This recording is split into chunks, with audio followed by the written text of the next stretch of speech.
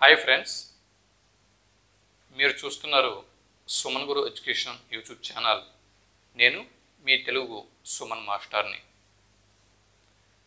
ఈ వీడియోలో మనం తెలుగు మెథడాలజీ అన్న అంశంని తీసుకుని తెలుగు మెథడాలజీ నుంచి ఇంతకుముందు నిర్వహించిన పలు టెట్ పరీక్షలలో వచ్చినటువంటి ప్రీవియస్ బిట్స్ని అధ్యయనం చేస్తూ ముందుకి వెళ్దాం. అయితే ప్రతిదీ కూడా బోర్డు మీద రాస్తే మనకి తక్కువ టైంలో ఎక్కువ బిట్స్ మనం కవర్ చేయడం చాలా కష్టం. కాబట్టి నేను బోర్డు మీద కొన్ని మాత్రమే మెన్షన్ చేస్తూ ఉంటాను. ఇక్కడ నా వాయిస్ని వినండి, ప్రశ్న ఏమొచ్చాయో తెలుసుకోండి, వాటికి ఆప్షన్స్ ఏమి ఇచ్చారో తెలుసుకోండి, జవాబులు తెలుసుకోండి.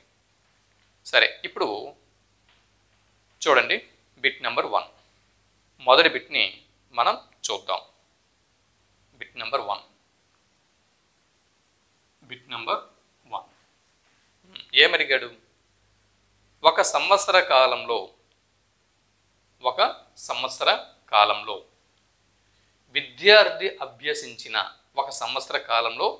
విద్యార్థి అభ్యసించిన అన్ని అంశాలను మూల్యాంకనం చేసినట్లయితే దాన్ని ఏ మూల్యాంకనం అంటారు? ప్రశ్న జాగ్రత్తగా విన్నారా? ఒక అకాడమిక్ ఇయర్ మొత్తంని తీసుకుని ఆ అకాడమిక్ ఇయర్లో విద్యార్థి అభ్యసించినటువంటి అంశాలని మూల్యాంకనం చేసినట్లయితే, ఎవాల్యుయేషన్ చేసినట్లయితే దాన్ని ఏ రకమైనటువంటి మూల్యాంకనం అంటారు? నిర్మాణాత్మక మూల్యాంకనం అంటారా? సమగ్ర మూల్యాంకనం అంటారా? అంతర్గత మూల్యాంకనం అంటారా? అంతరీక్షణ మూల్యాంకనం అంటారా? జవాబు ఇక్కడ సమగ్ర మూల్యాంకనం. జవాబు సమగ్ర మూల్యాంకనం.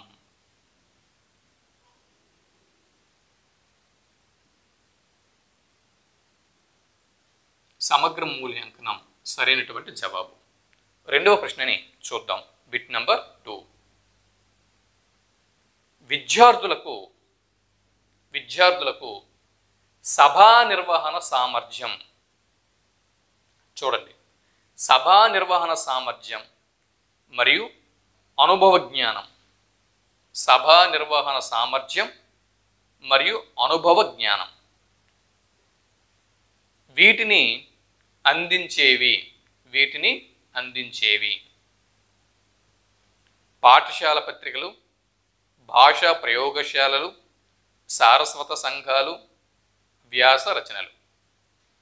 వీటిలో సరైనటువంటి జవాబుని గుర్తించండి. సభా నిర్వహణ సామర్థ్యం, అనుభవ జ్ఞానం విద్యార్థులకు అందించినవి. జవాబు భాషా ప్రయోగశాలలు.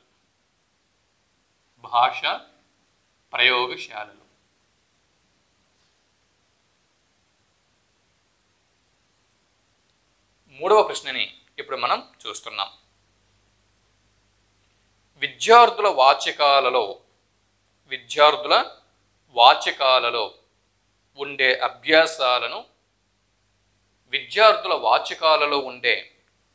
అభ్యాసాలను ఇప్పుడు తెలుగు వాచకాలు ఉన్నాయి. ఈ తెలుగు వాచకాలలో పాఠం అంత అయిపోయిన తర్వాత, అది పద్య భాగం కావచ్చు, గద్య భాగం కావచ్చు, పాఠం అంత అయిపోయిన తర్వాత ఆ పాఠం వెనుక అభ్యసన ప్రక్రియలు అనేవి ఉంటాయి, ఎక్సర్సైజెస్ అనేవి ఉంటాయి. అయితే ఈ అభ్యాసాలను ఉదాహరణగా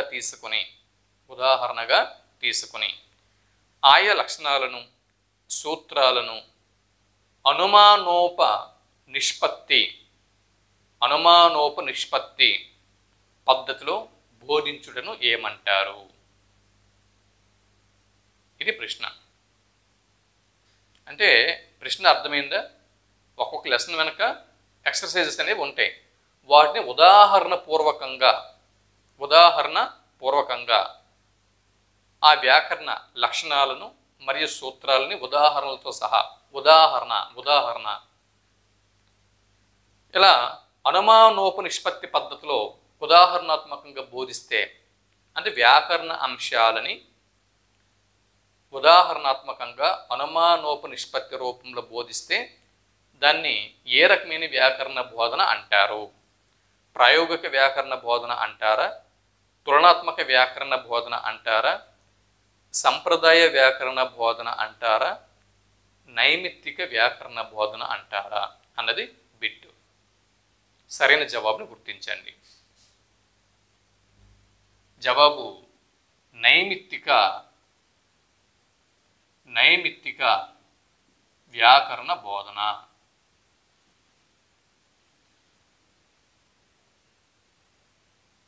నైమిత్తిక వ్యాకరణ బోధన సరైనటువంటి జవాబు. ఇకపోతే 4వ బిట్ని ఇప్పుడు మనం చూద్దాం. Bit number 4. విద్యార్థి సాధించాల్సిన విద్యా లక్ష్యాలు నెరవేరడానికి పాఠశాల నిర్వహించే కార్యకలాపాల సమూహంని ఏమంటారు? ఇవన్నీ మనకు అనవసరం. సింపుల్గా ఒకటి గుర్తుపెట్టుకుందాం. విద్యా లక్ష్యాలు నెరవేరటానికి, విద్యా లక్ష్యాలను నెరవేర్చేందుకు పాఠశాల నిర్వహించే కార్యకలాపాల సమూహం. పాఠశాల నిర్వహించే కార్యకలాపాల సమూహం. విద్యా లక్ష్యాల కోసం పాఠశాల నిర్వహించే కార్యకలాపాలు సమూహంని ఏమంటారు? ఏ లక్ష్యాలు? విద్యా లక్ష్యాలు. విద్యా లక్ష్యాలు నిర్వహించాలంటే ఏ ప్రణాళిక రచించాలి?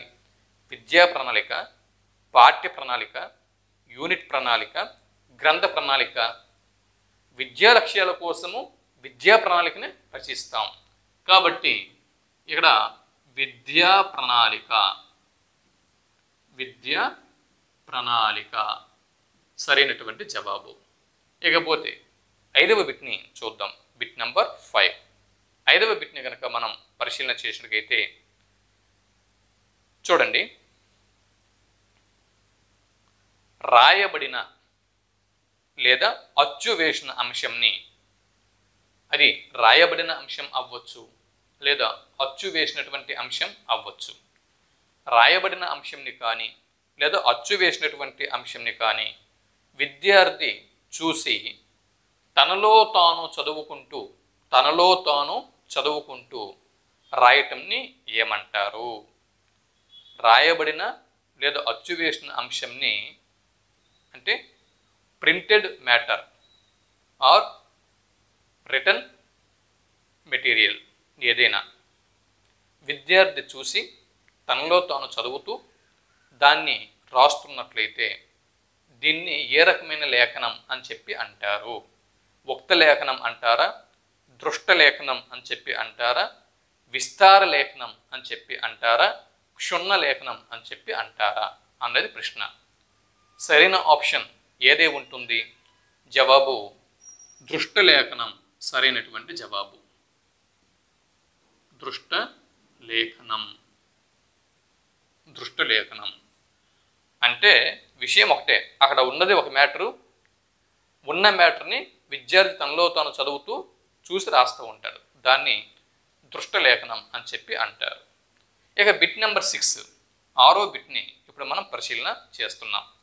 6వ బిట్టు పాఠ్య ప్రణాళికల రూపకల్పనకు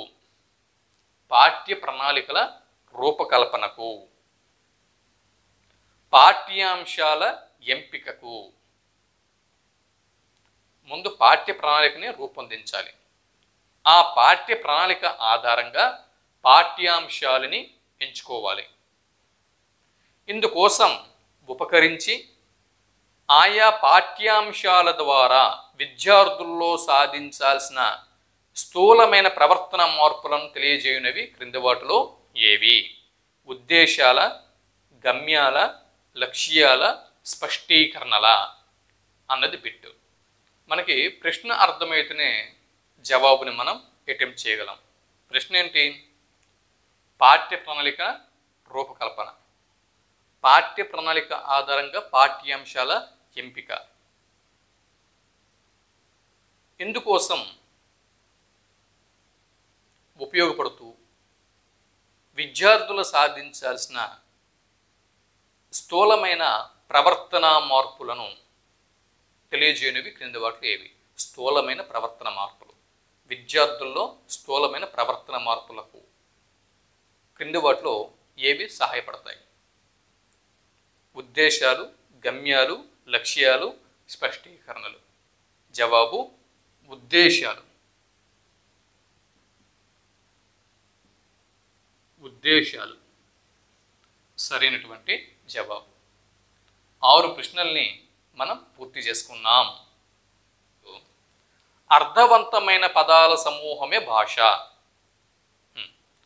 భాష యొక్క నిర్వచనం. భాష వివిధ భావనలు అన్న మొదటి యూనిట్ నుంచి ప్రశ్న వచ్చింది. ఏంటి? అర్థవంతమైన పదాల సమూహమే భాష అనే భాషని నిర్వచించిన వారు ఎవరు? నిఘంటుకారులు, తాత్వికులు, వ్యాసకర్తలు మరియు కావ్యకర్తలు అని ఇలాగ ఆప్షన్లు అనేవి ఇచ్చాడు. ఓకే, ఇప్పుడు సరైన ఆప్షన్ ఏదై ఉంటుంది? అర్థవంతమైన పదాల సమూహమే భాష అని నిఘంటుకారులు నిర్వచించారు. నిఘంటుకారులు భాషకు ఈ నిర్వచనం ఇచ్చారు. నిఘంటుకారులు భాషకు ఇచ్చిన నిర్వచనం ఏంటండి? అర్థవంతమైన పదాల సమూహము. మళ్ళీ మళ్ళీ ఎందుకు పలుకుతున్నాను? ఇదే నిర్వచనం మళ్ళీ ఎగ్జామ్లో వస్తే బిట్టు మిస్ అవ్వకూడదు. ఓకే, పదాల సమూహం అది అర్థవంతంగా ఉండాలి, అదే భాష నిఘంటుకారుల ప్రకారం. ఓకే, ఇప్పుడు 8వ బిట్ని చూద్దాం. Bit number 8. చూడండి. స్కిన్నర్ ప్రతిపాదించిన అనుభవపూర్వక భాషా సంపాదన వాదాన్ని ఖండిస్తూ అనుభవపూర్వక భాషా సంపాదన వాదం, ఇది మీకు శిశు వికాసం మరియు అధ్యాపనం, చైల్డ్ డెవలప్మెంట్ అండ్ పెడగోగీలు కూడా ఇలాంటి బిట్లు మీకు యూజ్ అవుతాయి. అవునా? స్కిన్నర్ ప్రతిపాదనను నోమ్ చోమ్స్కీ ఇక్కడ కొట్టివేస్తాడు. నోమ్ చోమ్స్కీ భాషా ఆర్జన సిద్ధాంతం మనకి శిశు వికాసం మరియు అధ్యాపనంలో ఉంది కదా, కాబట్టి ప్రతి ఒక్కరు కూడా చూడండి. స్కిన్నర్ ప్రతిపాదించిన అనుభవపూర్వక భాషా సంపాదన వాదం, భాష అనుభవాలు, అనుభవపూర్వకమైనటువంటి భాష, దీన్ని స్కిన్నర్ ప్రతిపాదించాడు. ఇది కూడా గుర్తుపెట్టుకోండి. అనుభవపూర్వక భాష దీన్ని ప్రతిపాదించిన వాడు స్కిన్నర్. దీన్ని కొట్టివేసిన వాడు నోమ్ చోమ్స్కీ దీన్ని స్కిన్నర్ ప్రతిపాదనను ఖండిస్తూ నోమ్ చోమ్స్కీ ప్రతిపాదించిన భాషా ఉత్పత్తివాదం క్రింది వాటిలో ఏది? నోమ్ చోమ్స్కీ ప్రతిపాదించిన భాషోత్పత్తివాదం.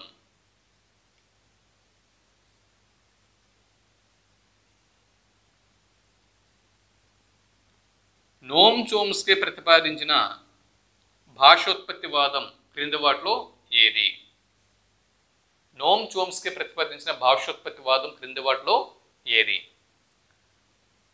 డింగ్డాంగ్ వాదము, స్వతసిద్ధవాదము, భగవద్దత్తవాదము, హేతువాదము. సరైనటువంటి జవాబుని గుర్తించండి. డింగ్డాంగ్ వాదంని మాక్స్ ముల్లర్ ప్రతిపాదించాడు. దాని తర్వాత భగవద్దత్తవాదం వైయాకరణులు దాన్ని ప్రతిపాదించారు. ఇకపోతే స్వతసిద్ధవాదం అనేది సరైనటువంటి జవాబు అవుతుంది. నోమ్ చోమ్స్కీ భాషోత్పత్తివాదం స్వతసిద్ధవాదం.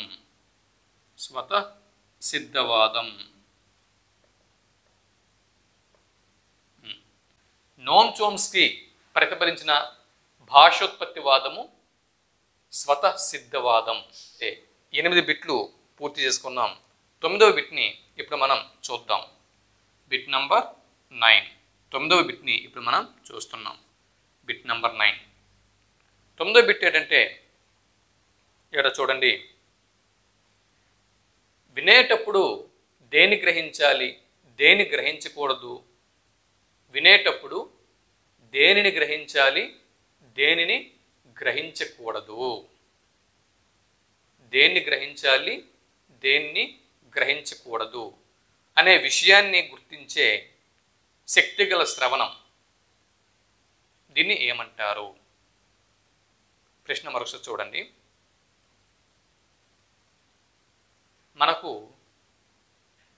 మనకే కాదు, ప్రకృతిలో చాలా జీవులకి వినికిడి శక్తి అనేది ఉంటుంది.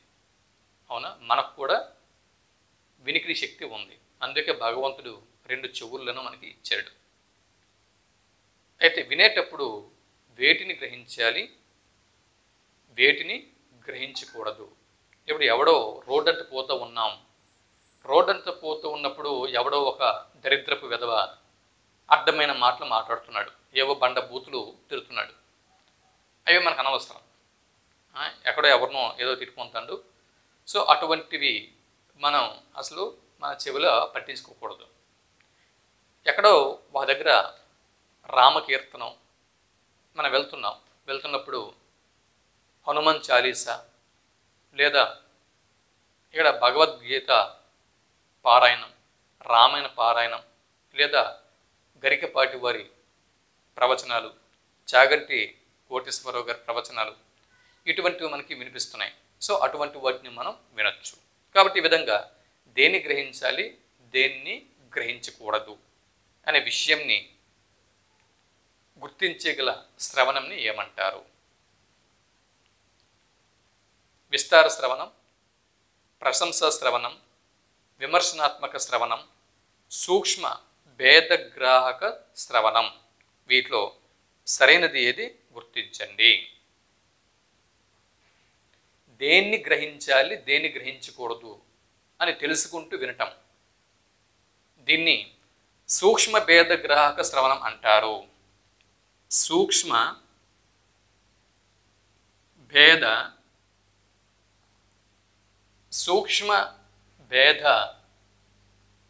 గ్రాహక శ్రవణం.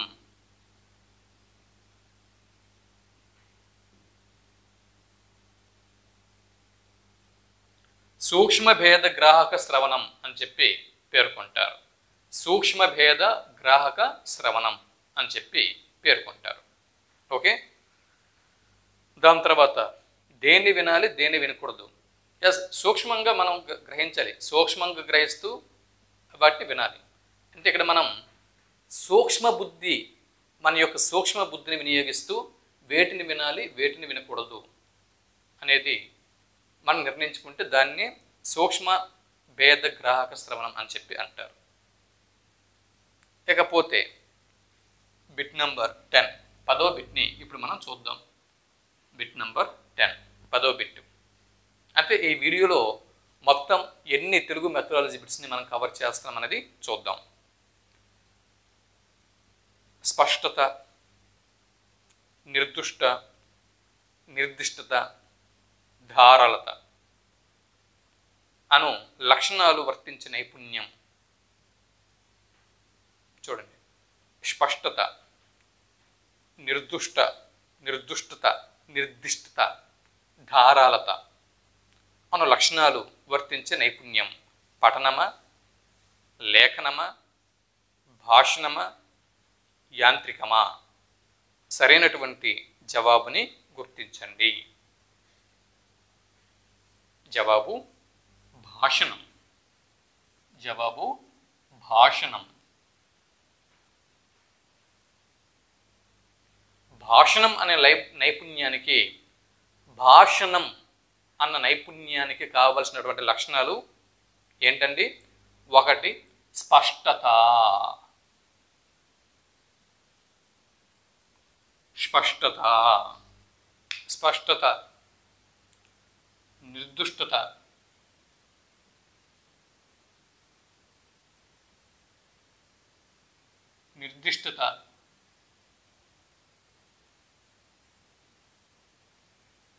ధారాళత,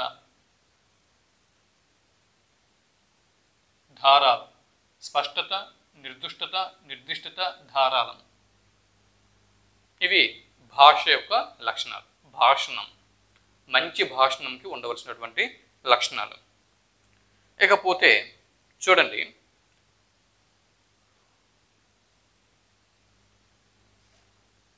బిట్ నెంబర్ 11, 11వ బిట్ నెంబర్ 11.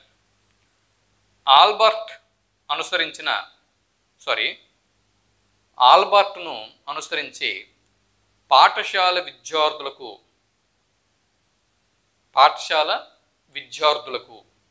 కల్పించిన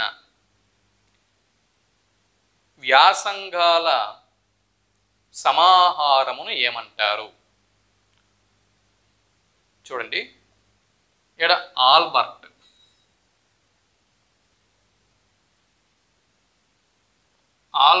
అన్న శాస్త్రవేత్త, ఆల్బర్ట్ ఇతడిని అనుసరించి స్కూల్ స్టూడెంట్స్కి, పాఠశాల విద్యార్థులకు కల్పించబడిన వ్యాసంగాల సమూహంని ఏమంటారు? విద్యా ప్రణాళిక అంటారా, విషయ ప్రణాళిక అని చెప్పి అంటారా, అంశ ప్రణాళిక అని చెప్పి అంటారా, సంస్థా ప్రణాళిక అని చెప్పి అంటారా? జవాబు విద్యా ప్రణాళిక.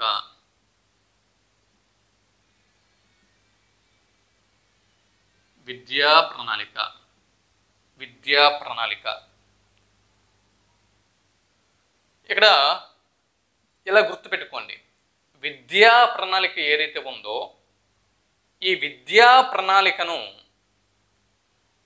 వ్యాసంగాల సమూహం, పాఠశాల విద్యార్థులకు కల్పించిన వ్యాసంగాల సమూహం, విద్యా ప్రణాళికను వ్యాసంగాల సమూహం,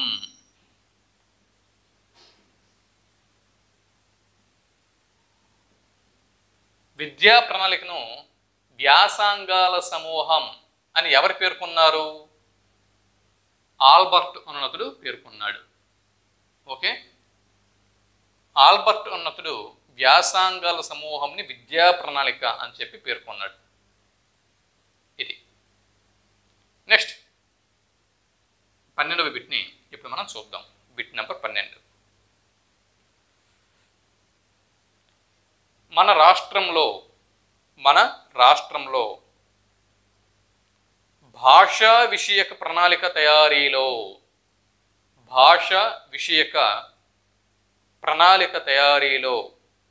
దృష్టి యందు ఉండిన 2011 సంవత్సరం నాటి రాష్ట్ర స్థాయి పత్రం క్రింది వాటిలో ఏది?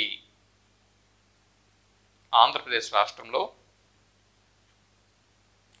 భాషా విషయక ప్రణాళిక తయారీలో భాషా విషయక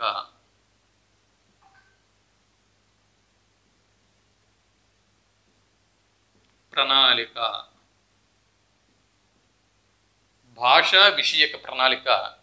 తయారీలో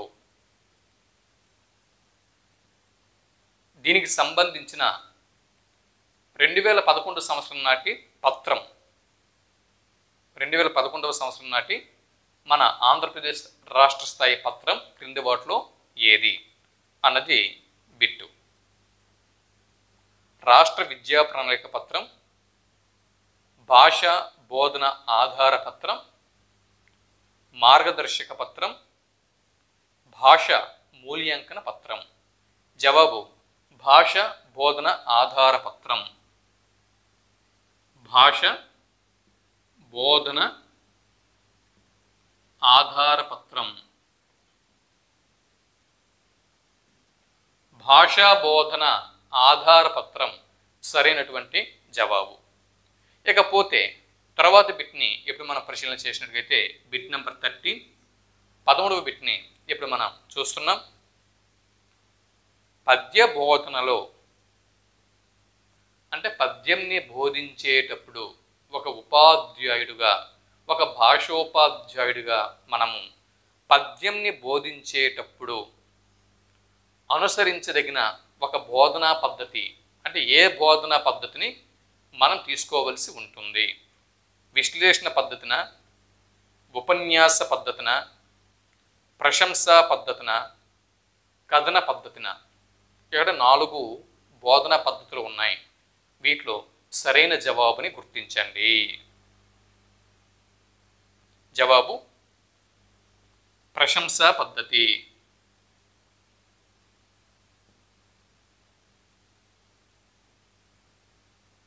ప్రశంసా పద్ధతి సరైనటువంటి జవాబు.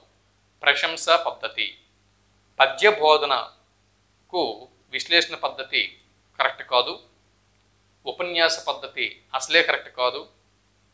కథన పద్ధతి అనేది గద్య బోధనకు అనువైనది. పద్య బోధనకు ప్రశంసా పద్ధతి అనువైనది. అది ఇకపోతే తర్వాత బిట్టు చూసినట్టుగైతే బిట్ నంబర్ 14, 14వ బిట్ని ఇప్పుడు మనం చూస్తున్నాం. బిట్ నంబర్ 14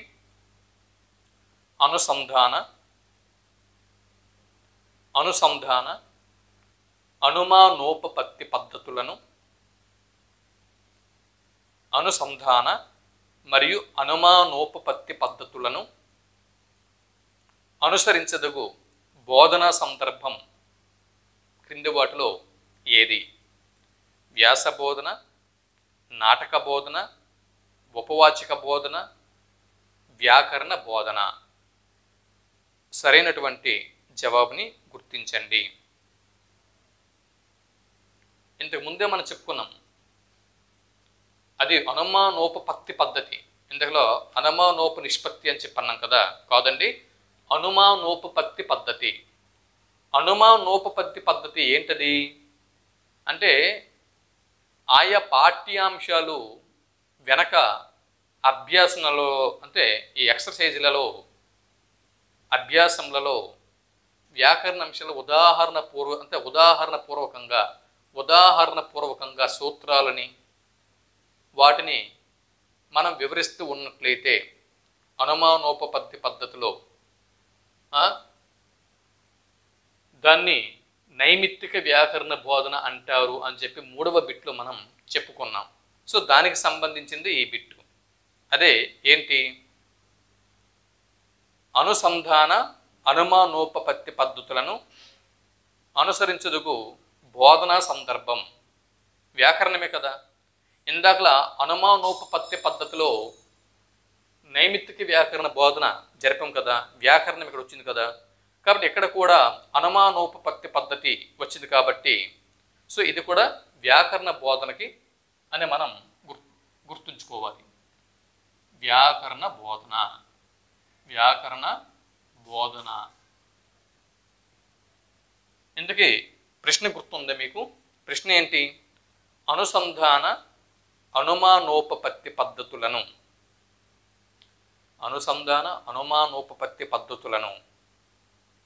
అనుసరించుటకు బోధన సందర్భం. అంటే వేటిని బోధించే సందర్భంలో వీటిని ఉపయోగిస్తాం. ఇక్కడ చూడండి, వ్యాకరణ బోధన. వ్యాకరణాన్ని బోధించేటప్పుడు అనుమానోపపత్తి పద్ధతిని వినియోగిస్తాం. అనుమానోపపత్తి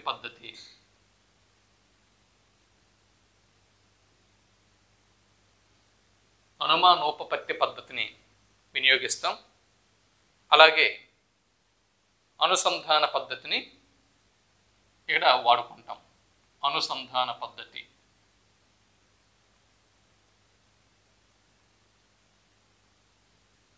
సో ఈ రెండు బోధన పద్ధతులు వ్యాకరణ బోధనకి అనుకూలమైనవి అన్న విషయంని మనం ఇక్కడ గ్రహించాల్సి ఉంటుంది. ఇకపోతే 147వ బిట్టు ఇక్కడ మనకు 15వ బిట్టు. మన వీడియోలో బిట్ నంబర్ 15వ బిట్ని ఇప్పుడు మనం చూద్దాం. భాషా బోధనలో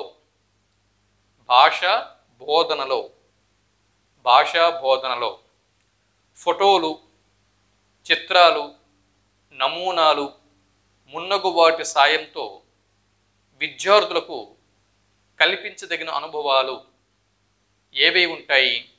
ప్రత్యక్ష అనుభవాల, పరోక్ష అనుభవాల, ప్రదర్శన అనుభవాల, సంకలన అనుభవాల అనేది బిట్టు. భాషా బోధనలో అంటే ఇప్పుడు మనము ఒక ఆవు పులి కథ చెబుతున్నాం, అవునా? ఆవు పులి కథ చెబుతున్నప్పుడు ఆవుకు సంబంధించిన లేగదూడ, మిగిలిన గోవులు, పులి ఇటువంటి ఫోటోలు వాటి విద్యార్థులకి చూపిస్తూ ఆవు పులి కథని చెబుతున్నాం. ఈ విధంగా భాషా బోధనలో ఫోటోలు, చిత్రాలు, నమూనాలు ఇటువంటివి సహాయంగా తీసుకుని మనం బోధించినప్పుడు ఇవి విద్యార్థులకి ప్రత్యక్ష అనుభవాల కాదు. ప్రత్యక్షంగా పులి, ఆవు మాట్లాడుకునేటటువంటి విషయంని విద్యార్థి చూడలేదు, మనము చూడలేదు. తరగతి గదిలో ఆ పిక్చర్స్ మాత్రమే తెస్తున్నాం అంటే కాబట్టి ఇక్కడ పరోక్ష అనుభవాలు కల్పిస్తున్నాం కదా. కాబట్టి ఇది పరోక్ష అనుభవం అవుతుంది. పరోక్ష అనుభవం, పరోక్ష అనుభవం అనేది అవుతుంది, అవునా? పరోక్ష అనుభవం అనేది అవుతుంది. ఆవు పులి కథ చెప్పినప్పుడు మనం అడవిలోకి వెళ్ళిపోవట్లేదు. ఆ అడవిలో ఆవుని, పులిని, ఆ లేగదోడని, వాటి బొమ్మల్ని పిల్లలకి చూపిస్తూ పరోక్ష అనుభవంని తరగతి గదిలో మనం కల్పిస్తున్నాం. అది కాబట్టి ఫోటోలు, చిత్రాలు, నమూనాలు సహాయంతో బోధిస్తే అది విద్యార్థులకు కలిగే అనుభవం పరోక్ష అనుభవం కలుగుతుంది.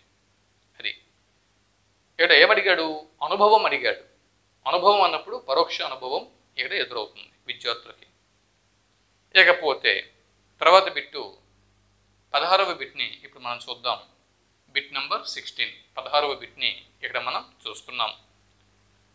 వక్తరచన, వక్తృత్వం, వక్తరచన మరియు వక్తృత్వం. ఓకే, వక్తరచన మరియు వక్తృత్వం అన్నవి భాషా బోధనలో చేర్చదగిన పాఠ్య బోధన వ్యూహాలు, పాఠ్య కార్యక్రమాలు, సహపాఠ్య కార్యక్రమాలు, సహసంబంధ ఉపగమాలు. క్రింద వాటిలో సరైన ఆప్షన్ని గుర్తించండి. వక్తరచన తర్వాత వక్తరచన అంటే ఏంటి? ఇక్కడ వక్తరచన అంటే ఉపాధ్యాయుడు ఏదైనా ఒక అంశాన్ని చెబుతూ ఉండగా విద్యార్థి చూడకుండా ఆ అంశంని తను స్వయంగా ఏ ఆధారము లేకుండా తన మెదడును ఉపయోగిస్తూ పెన్నుతో కాగితం మీద రాస్తూ ఉంటే దాన్ని వక్తరచన అని చెప్పి అంటారు. వక్తృత్వం, డిబేట్ అంటే ఇక్కడ ఏదైనా ఒక విషయంని ముందుకొచ్చి మాట్లాడగలగడం ఒక విద్యార్థి. సో ఈ విధంగా వక్తరచన, వక్తృత్వం. వక్తృత్వం అంటే ఇప్పుడు డ్రగ్స్ నడుస్తుంది, ప్రస్తుతం present trending drugs de addiction మీద విద్యార్థికి మాట్లాడమన్నాం. సో విద్యార్థి వచ్చి ఒక 5 నిమిషాలు మాట్లాడిన దాని గురించి, అది వక్తృత్వం అవుతుంది.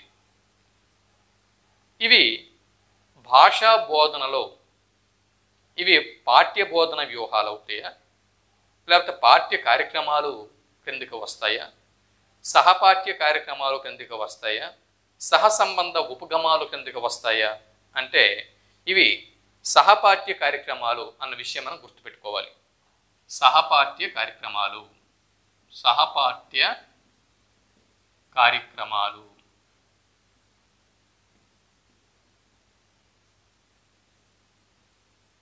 సహపాఠ్య కార్యక్రమాలు ఓకే, సరైనటువంటి జవాబు. ఏటి? వక్తరచన మరియు వక్తృత్వం అనేవి. నెక్స్ట్ బిట్టు 17వ బిట్ని ఇప్పుడు మనం చూద్దాం. Bit number 17. ఒక మూల్యాంకనంలో మూల్యాంకనం అంది. ఇక్కడ మూల్యాంకనం జరుగుతుంది. మూల్యాంకనం, ఈ మూల్యాంకనంలో ప్రాజెక్టు పనులు, ప్రాజెక్టు పనులు మూల్యాంకనంలోకి తీసుకున్నాం. అలాగే లఘు పరీక్షలు టెస్ట్, ప్రాజెక్ట్ పనులు టెస్ట్, ఓకే, టెస్ట్ అంటే చిన్న చిన్న లఘు పరీక్షలు, ప్రాజెక్ట్ పనులు, రాత అంశాలు, అసైన్మెంట్స్ అంటాం కదా, assignment and notes, assignments and నోట్సెస్ ఇవి రాత అంశంలోకి వస్తాయి. ఇకపోతే పిల్లల భాగస్వామ్యం మరి ప్రతిస్పందన, పిల్లల భాగస్వామ్యం ప్రతిస్పందన, భాగస్వామ్యం ప్రతిస్పందన.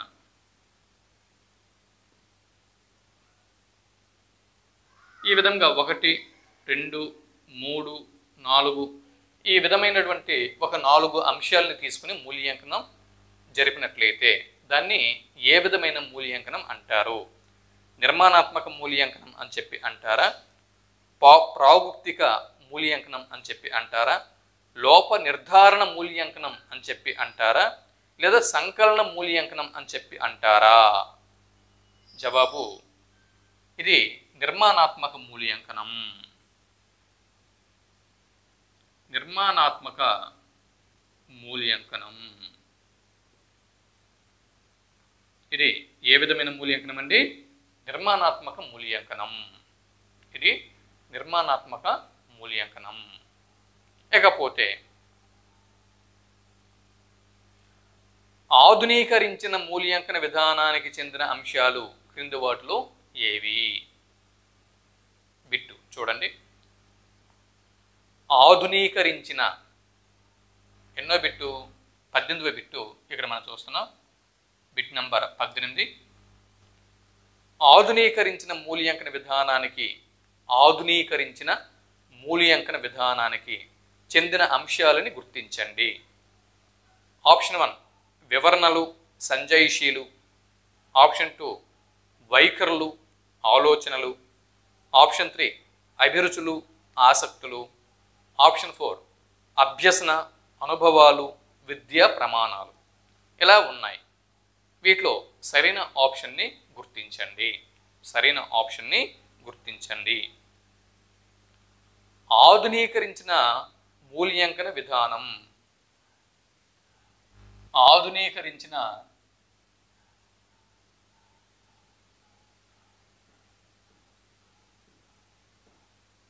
మూల్యాంకన విధానం.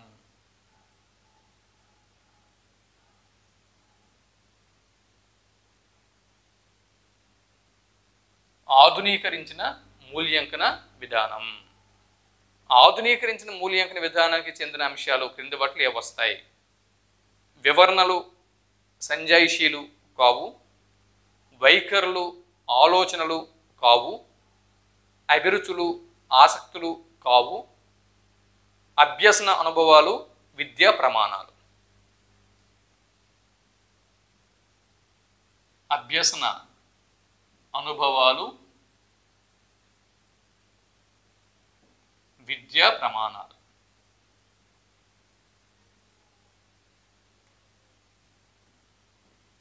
అభ్యసన, అనుభవాలు, విద్యా ప్రమాణాలు. ఇది సరైనటువంటి జవాబు. ఇంతకుముందు మనము 2017వ సంవత్సరంలో ఇది నా morning session paper 3 AP TET paper 3 నుంచి మనం తెలుగు మెథడాలజీ బిట్స్ని గ్యాదర్ చేసి మనం అధ్యయనం చేయడం జరిగింది.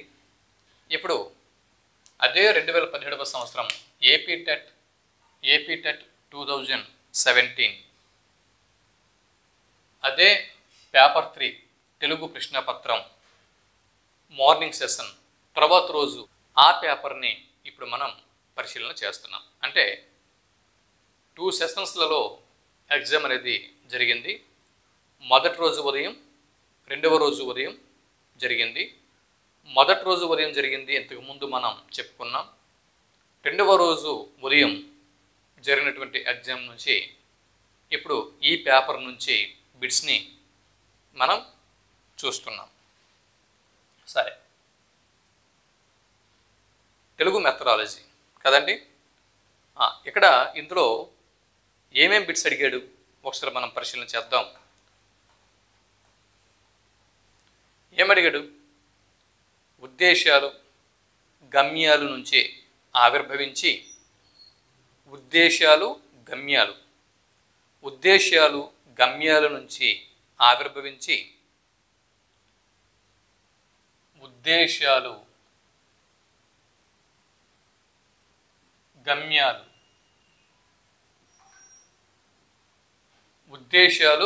గమ్యాలు నుండి ఆవిర్భవించి తరగతి బోధనకు మార్గదర్శకత్వం నెరిపి తరగతి బోధనకు మార్గదర్శకత్వం నెరపి ఆయా పాఠ్యాంశాల ద్వారా విద్యార్థుల్లో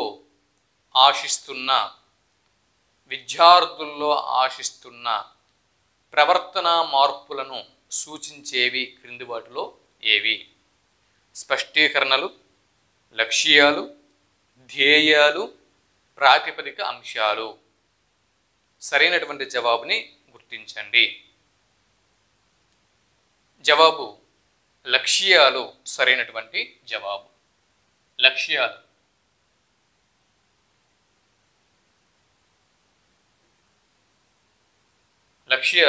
సరైనటువంటి జవాబు. అంటే వివిధ పాఠ్యాంశాలు ఉన్నాయి, వాటి ద్వారా విద్యార్థుల నుంచి ఏదైతే ప్రవర్తన మార్పుల్ని మనం ఆశిస్తున్నామో వాటిని సూచించేవి, వాటిని లక్ష్యాలు అని చెప్పి పేర్కొంటారు. తర్వాత బిట్టు చూద్దాం. Bit number 2. ఈ పేపర్లో తర్వాత బిట్ ఏమి ఇచ్చాడంటే, ఆధునిక విద్యావేత్తల అభిప్రాయం ప్రకారం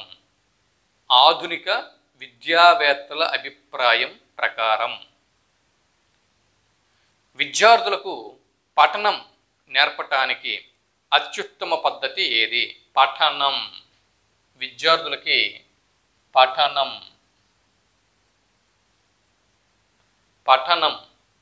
నేర్పటానికి, దీన్నే రీడింగ్ అని చెప్పి అంటాం ఇంగ్లీష్లో.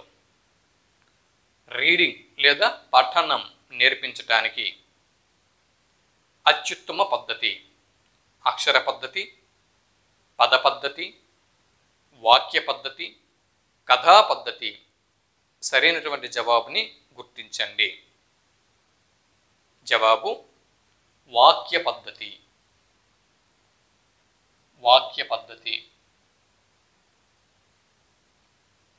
పఠనం నేర్పించేందుకు, విద్యార్థులకి రీడింగ్ స్కిల్స్ నేర్పించేందుకు వాక్య పద్ధతి అనువైనది అన్న విషయం మనం ఇక్కడ గ్రహించాల్సి ఉంటుంది. 3వ బిట్ని ఇప్పుడు మనం చూస్తున్నాం. బోధనా అభ్యసన కృత్యాలు నిర్వహించు సోపానం క్రింది వాటిలో ఏది? ప్రదర్శన, మూల్యాంకనం, ఉన్ముఖీకరణం, ప్రవేశం. సరైనటువంటి జవాబుని గుర్తించండి.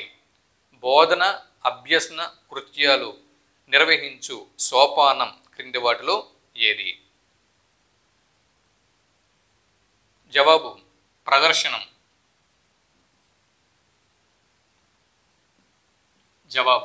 జవాబు ప్రదర్శనం. బోధన అభ్యసన కృత్యాలు నిర్వహించు సోపానం ప్రదర్శనం.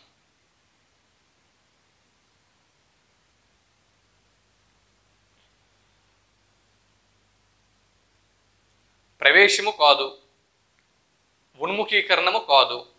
అవునా? అవన్నీ ఏంటంటే బోధన అభ్యసన ప్రక్రియలు నిర్వహించేందుకు ముందు విద్యార్థులను రెడీ చేయడం అన్నమాట. ప్రవేశము, తరగతి గదిలో ప్రవేశం, దాని తర్వాత విద్యార్థులను ఉన్ముఖీకరణ చేయటం, ఇవన్నీ కూడా బోధన అభ్యసన ప్రక్రియ జరిపేందుకు ముందుగా మనం అవలంబించాల్సినటువంటి ప్రక్రియలు. ఇకపోతే మూల్యాంకనం, బోధన అభ్యసన ప్రక్రియ తర్వాత జరిగేది మూల్యాంకనం. కాబట్టి బోధన అభ్యసన కృత్యాలు చేపట్టినప్పుడు, ఈ బోధన అభ్యాస కృత్యాలు జరుగుతున్నప్పుడు చేపట్టవలసిన అంశము ప్రదర్శనం, సరైనటువంటి జవాబు. దాని తర్వాత బిట్టు ఉపాధ్యాయుడు ముందుగా వ్యాకరణ సూత్రాన్ని చెప్పి ఆ తర్వాత సూత్రంలోని పారిభాషిక పదాలను వివరించి లక్ష్య లక్షణ సమన్వయం చేసినట్లయితే దాన్ని ఏ పద్ధతి అని చెప్పి అంటారు? అనుమానోపపత్తి పద్ధతి అంటారా, అనుసంధాన పద్ధతి అంటారా, ప్రాయోగిక పద్ధతి అంటారా, నిగమోపపత్తి పద్ధతి అని చెప్పి అంటారా అన్నది బిట్టు. ఉపాధ్యాయుడు ముందుగా వ్యాకరణ సూత్రాన్ని చెప్పి ఆ తర్వాత సూత్రంలోని పారిభాషిక పదాలను వివరించి లక్ష్య లక్షణ సమన్వయం చేసినట్లయితే ఇది వ్యాకరణాన్ని బోధించడంలో ఇది ఏ విధమైనటువంటి పద్ధతి అన్నది బిట్టు. ఉపాధ్యాయుడు ముందుగా వ్యాకరణ సూత్రాన్ని చెప్పి ఆ తర్వాత సూత్రంలోని పారిభాషిక పదాలను వివరించి లక్ష్య లక్షణ సమన్వయం చేయటంని దీన్ని ఏ పద్ధతి అని చెప్పి అంటారంటే నిగమోపపత్తి పద్ధతి అంటారు. నిగమోపపత్తి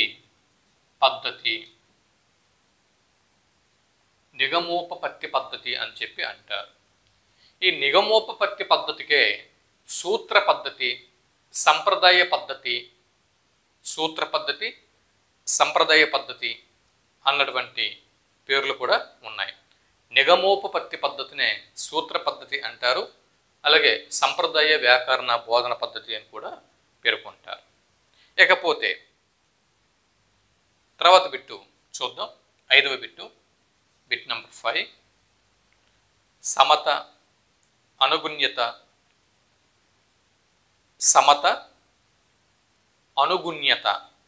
చూడండి, సమత అనుగుణ్యత,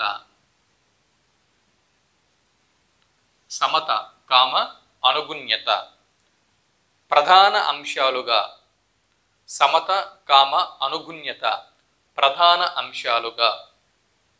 విషయ విశ్లేషణ చేయటం దీనిలో కనిపిస్తుంది. నాటకంలో కనిపిస్తుందా, సంభాషణలో కనిపిస్తుందా, ఏకపాత్ర లేదా వ్యాసమా? సరైనటువంటి జవాబు గుర్తించండి. జవాబు వ్యాసం సరైనటువంటి జవాబు. వ్యాసం. బిట్ నంబర్ 6, 6వ బిట్టు. సమత అనుగుణ్యత ప్రధాన అంశాలుగా విషయ విశ్లేషణ అనేది వ్యాస ప్రక్రియలో కనిపిస్తుంది.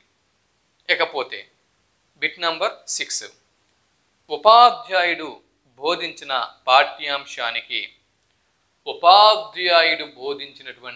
పాఠ్యాంశానికి పరిపుష్టి కలిగించడానికి తోడ్పడేది క్రింది వాటిలో ఏది? అంటే తరగతి గదిలో ఒక ఉపాధ్యాయుడు ఒక పాఠ్యాంశాన్ని బోధిస్తున్నాడు.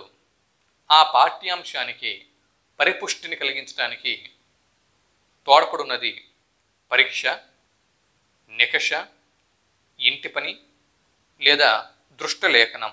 సరైనటువంటి జవాబును గుర్తించండి.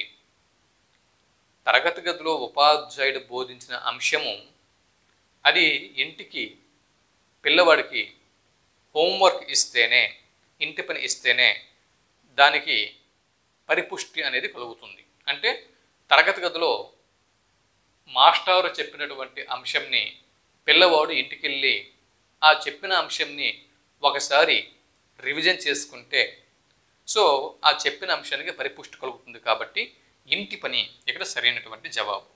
ఇంటి పని, హోంవర్క్, ఇంటి పని సరైనటువంటి జవాబు.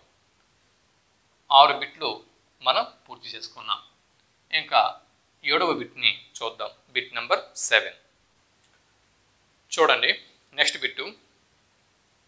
ఒక వస్తువును గురించి కానీ, ప్రదేశాన్ని గురించి కానీ, లేదా వ్యక్తిని గురించి కానీ,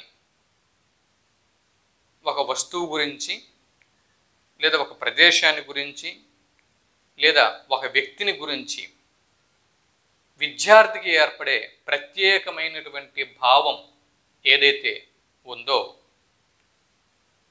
దాన్ని అభిరుచి అంటారా, నాణ్యత అంటారా, వైఖరి అంటారా, స్థాయి అంటారా? సరైనటువంటి జవాబుని గుర్తించండి. చూడండి, ఒక వస్తువు గురించి కానీ, ప్రదేశం గురించి కానీ, వస్తువు, ప్రదేశం, వ్యక్తి ఏదైనా అవ్వచ్చు, విద్యార్థికి ఏర్పడే ప్రత్యేక భావం, దీన్నే వైఖరి అని చెప్పి అంటాం. వైఖరి, వైఖరి. ఓకే, వస్తువు మీద, ప్రదేశం మీద, వ్యక్తి మీద, ఎవరి మీదైనా కూడా ఒక ప్రత్యేక భావం విద్యార్థికి ఉంటే ప్రత్యేక భావం దాన్ని వైఖరి అంటారు. గుర్తుపెట్టుకోండి, ప్రత్యేక భావమే వైఖరి. ఇకపోతే బిట్ నెంబర్ 8, 8వ బిట్ని మనం ఇప్పుడు చూద్దాం. క్రియాపదాల నుంచి భాష జన్మించింది అని చెప్పే వాదం క్రింది వాటిలో ఏది? క్రియాపదాల నుంచి భాష జన్మించింది అని చెప్పే వాదం ధాతుజన్యవాదమా, సాంకేతికవాదమా, ధ్వన్యనుకరణవాదమా, వివక్ష ప్రేరణవాదమా? సరైనటువంటి జవాబుని గుర్తించండి అన్నది బిట్టు. క్రియాపదాల నుంచి భాష జనించింది. భాష క్రియాపదాల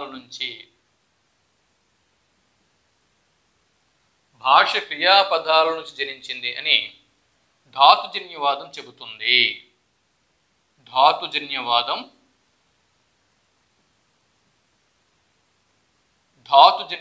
చెబుతుంది. ధాతుజన్యవాదంని ఎవరు ప్రవచించారు? యాస్కాచార్యులు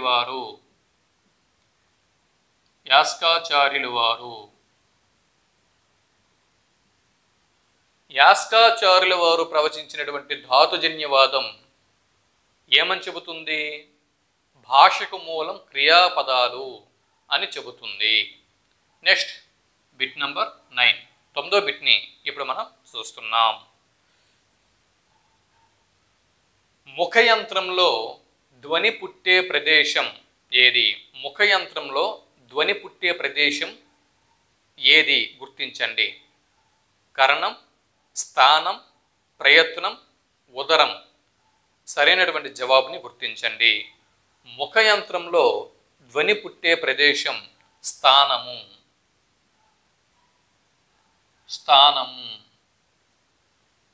ముఖయంత్రంలో ధ్వని పుట్టే ప్రదేశము స్థానము. బిట్ నెంబర్ 10 చూడండి.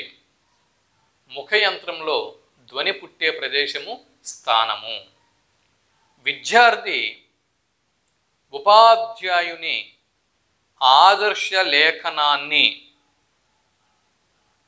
అంటే తరగతి గదిలో ఒక విద్యార్థి ఉన్నాడు.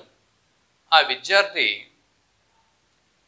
తన యొక్క గురువు గారి, అంటే తరగతి గదిలో తన క్లాస్ టీచర్ అవ్వచ్చు, లేదా ఇంకో టీచర్ అవ్వచ్చు, ఒక ఉపాధ్యాయుడి యొక్క చేతిరాతని చూశాడు. ఉపాధ్యాయుని యొక్క దస్తూరి ఆదర్శ లేఖనం ఏదైతే ఉందో ఆదర్శ లేఖనాన్ని తాను ఆ విద్యార్థి మార్గదర్శకంగా తీసుకుని రాస్తున్నాడు. అంటే ఆ ఉపాధ్యాయుడిని అనుకరిస్తున్నాడు, ఆ రైటింగ్ స్టైల్ని అనుకరిస్తున్నాడు. సో దీన్ని ఏమంటారు? ఉక్త లేఖనం అంటారా, దృష్ట లేఖనం అంటారా, వాచక దృష్టి అంటారా, వరవడి అని చెప్పి అంటారా? సరైనటువంటి జవాబుని గుర్తించండి. జవాబు వరవడి. వరవడి అని చెప్పి అంటారు. కాపీ రైటింగ్, అవునా? మనకు చిన్నప్పుడు ఉపాధ్యాయులు మనకి వరవడిని నేర్పేవారు, అవునా? అంటే ఉపాధ్యాయుడు ఆదర్శవంతమైనటువంటి ఒక లేఖనాన్ని రచించి దాన్ని విద్యార్థులకి ఇచ్చేవాడు. విద్యార్థులు దాన్ని చూసుకొని దాన్ని అనుకరిస్తూ ఇక్కడ రైటింగ్ ప్రాక్టీస్ చేసేవారు. అది. సో విద్యార్థి ఉపాధ్యాయుని యొక్క ఆదర్శ లేఖనాన్ని మార్గదర్శకంగా తీసుకుని రాయుటని వరవడి అని చెప్పి అంటారు. Next bit number 11. 11వ బిట్ని ఇప్పుడు మనం చూస్తున్నాం. Bit number 11. భాషా సామర్థ్యాల సాధనకు క్షుణ్ణ పఠనాభివృద్ధికి తోడ్పడేది క్రింది వాటిలో ఏది? భాషా సామర్థ్యాలు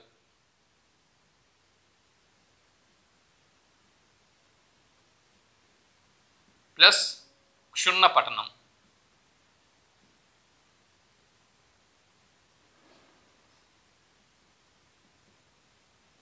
భాషా సామర్థ్యాలు ప్లస్ క్షుణ్ణ పఠనం.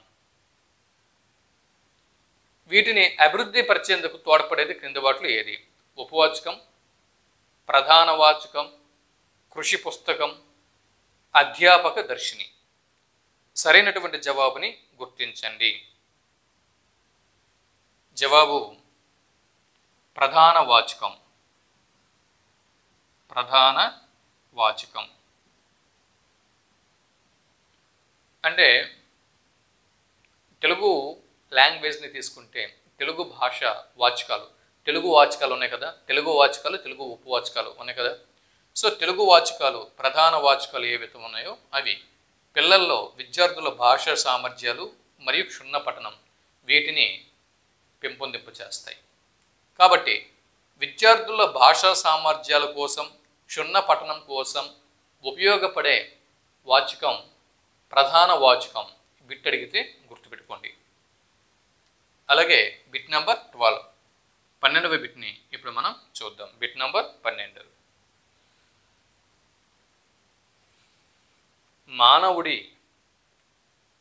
మనిషి యొక్క శారీరక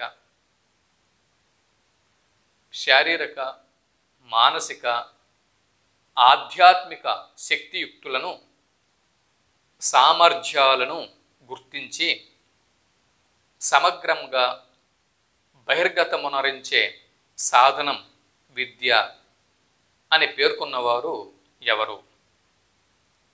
బిట్టు మరోసారి. మానవుడి యొక్క శారీరక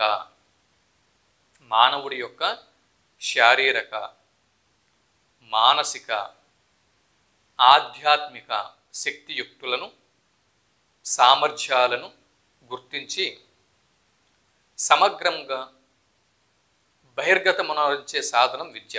అంటే విద్య గురించి ఒక నిర్వచనం అనేది ఇక్కడ ఉంది. ఆ విద్య నిర్వచనం ఏంటి? మనిషి యొక్క శారీరక మానసిక ఆధ్యాత్మిక శక్తులు సామర్థ్యాలు, దాన్ని బహిర్గతపరిచేది విద్య. అంతే. శారీరక శక్తి, మానసిక శక్తి, ఆధ్యాత్మిక శక్తి, వాటి శక్తి సామర్థ్యాలు, వీటిని బహిర్గతం చేసేది విద్య. అది ఎవరన్నారు? ఈ నిర్వచనం ఎవరిచ్చారు?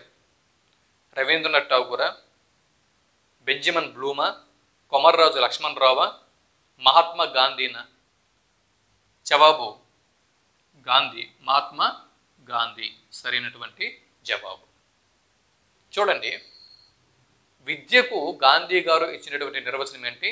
మనిషి యొక్క శారీరక మానసిక ఆధ్యాత్మిక శక్తియుక్తులు మరియు సామర్థ్యాలు, వీటిని బహిర్గతం చేసేదే విద్య అని గాంధీ అన్నారు. Bit number 13. 13వ బిట్ని ఇప్పుడు మనం చూస్తున్నాం. వివిధ భాషల మధ్య జన్య జనక సంబంధాన్ని వివిధ భాషల మధ్య జన్య జనక సంబంధాన్ని తెలిపే వ్యాకరణం తులనాత్మక వ్యాకరణమా, చారిత్రక వ్యాకరణమా, వర్ణనాత్మక వ్యాకరణమా, రూపాత్మక వ్యాకరణమా? బిట్టు చూడండి. బిట్టు ఏమిచ్చాడు? భాషల మధ్య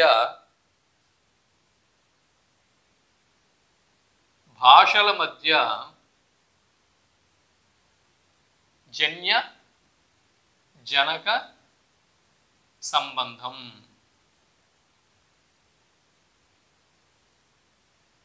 భాషల మధ్య జన్య జనక సంబంధం.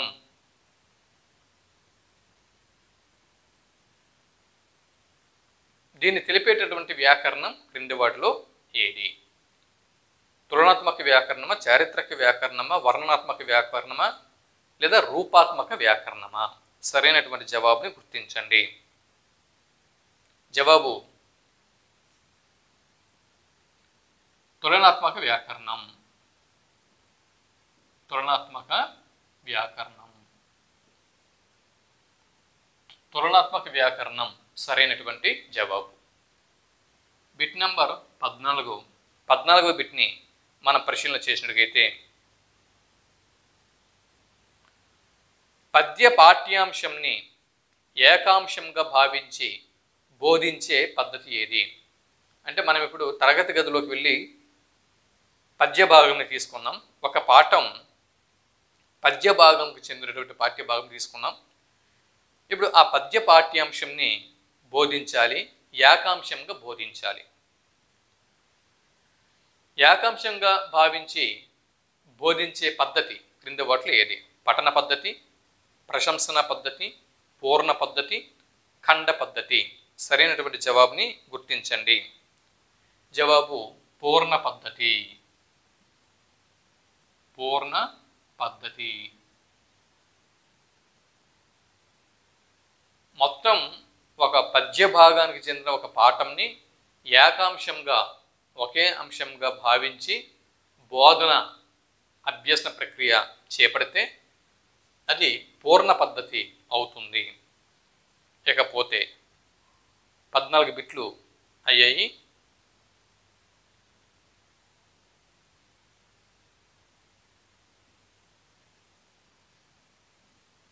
Bit number 15.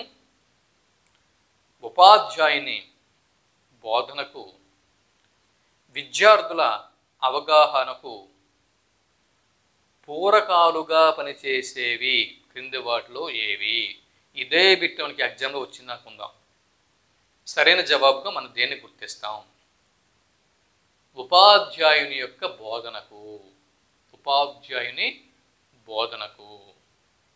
ఉపాధ్యాయుని యొక్క బోధనకు, విద్యార్థుల అవగాహనకు పూరకాలుగా పనిచేసేవి క్రింది వాటిలో ఏవి?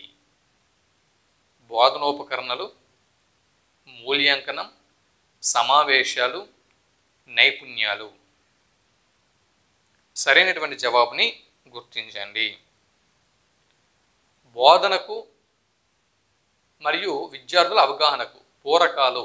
పూరకాలు అంటే సింపుల్ బోధన అభ్యసన. బోధన ఎవరు జరుపుతారు? ఉపాధ్యాయులు. అభ్యసనం ఎవరు చేస్తారు? విద్యార్థులు. వీటికి పూరకాలుగా నిలిచేవేవి? బోధన ఉపకరణాలు. ఉపకరణాలు. బోధనోపకరణాలు సరైనటువంటి జవాబు. ఇకపోతే 16వ బిట్ని ఇప్పుడు మనం చూద్దాం. 16వ బిట్టు. ఈ ప్రీవియస్ బిట్లే మనకి చాలా సహాయపడతాయండి ఎగ్జామ్లలో. వీటిని ప్రీవియస్ బిట్స్ని తక్కువ అంచనా వేయకండి.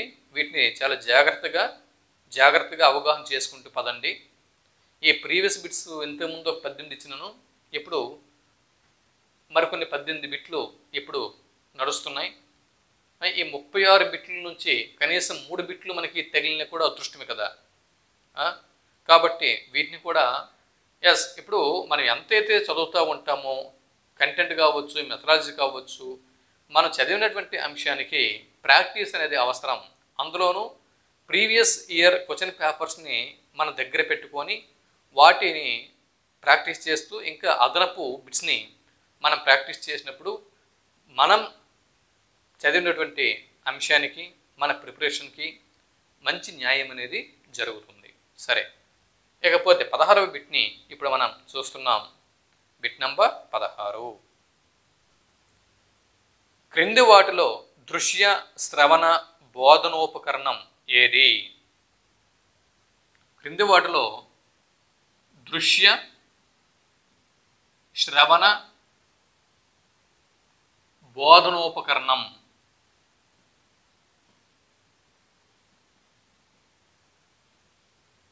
దృశ్య శ్రవణ బోధనోపకరణం క్రింది వాటిలో ఏది? ప్రకటన పత్రాలు. ప్రకటన పత్రాలు పత్రాలు శ్రవణం ఇస్తాయా? ఓకే, ప్రకటన పత్రాల ద్వారా చూడగలం, కానీ అవి మాట్లాడవు కదా. ప్రకటన పత్రాలు చదువుతాం, అంటే కళ్ళుతో చదువుతాం, కానీ ప్రకటన పత్రాలు మనతో మాట్లాడవు. కాబట్టి మాట్లాడకపోయినప్పుడు శ్రవణం ఎలాగా అవుద్ది? అవ్వదు.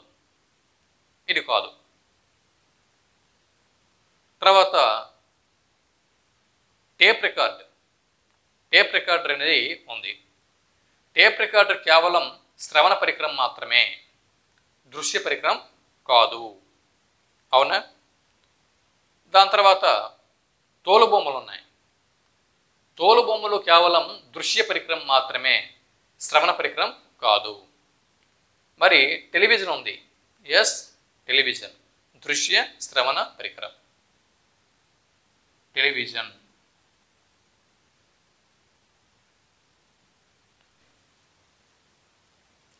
బిట్ నెంబర్ 17, 17వ బిట్ని ఇప్పుడు మనం చూద్దాం. Bit number 17. ఒక పాఠం పూర్తి కాగానే, ఒక పాఠం పూర్తి చేసుకున్నాం, ఏదో ఒక పాఠం, సమ్ XYZ, అంటే ఒక ఉపాధ్యాయులుగా మీరు తరగతి గదిలోకి వెళ్ళారు, పాఠం పూర్తి చేసేసుకున్నారు, పాఠం పూర్తయిపోయింది. పాఠం పూర్తి కాగానే ఆ పాఠంకి సంబంధించి కొన్ని లక్ష్యాలు ముందుగానే నిర్ణయించబడి ఉంటాయి. ఆ లక్ష్యాలు విద్యార్థుల ద్వారా నెరవేరింది లేనిది మనం తెలుసుకోవాలి అనుకుంటున్నాం. అలాంటి సందర్భంలో ఒక ఉపాధ్యాయులుగా మనం నిర్వర్తించవలసినటువంటి మూల్యాంకనం క్రింది వాటిలో ఏది? అంతర్భూత మూల్యాంకనం, అంతరీక్షణ మూల్యాంకనం, నిర్మాణాత్మక మూల్యాంకనం, బాహ్య మూల్యాంకనం. సరైనటువంటి జవాబుని గుర్తించండి అని అడిగాడు. నిర్మాణాత్మక మూల్యాంకనం సరైనటువంటి జవాబు. నిర్మాణాత్మక మూల్యాంకనం. నిర్మాణాత్మక మూల్యాంకనం సరైనటువంటి జవాబు. ఇకపోతే 18వ బిట్ని ఇప్పుడు మనం చూద్దాం. Bit number 18. 18వ బిట్ని ఇప్పుడు మనం చూద్దాం. విద్యార్థి యొక్క భాషలో ఉచ్చారణ, పఠన వేగం. విద్యార్థి యొక్క భాషలో ఉచ్చారణ, పఠన వేగం, పఠనంలో స్పష్టత, వీటిని చూడండి. అంటే ఇక్కడేంటి? భాషా కౌశలాల గురించి బిట్టిది. విద్యార్థి యొక్క భాషా కౌశలాలు.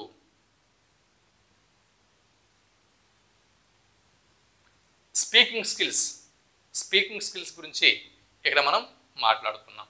భాషా కౌశలాలు. ఇందులో ఉచ్చారణ, ప్రొనౌన్సియేషన్, పఠన వేగం. ఎస్, పఠన వేగం.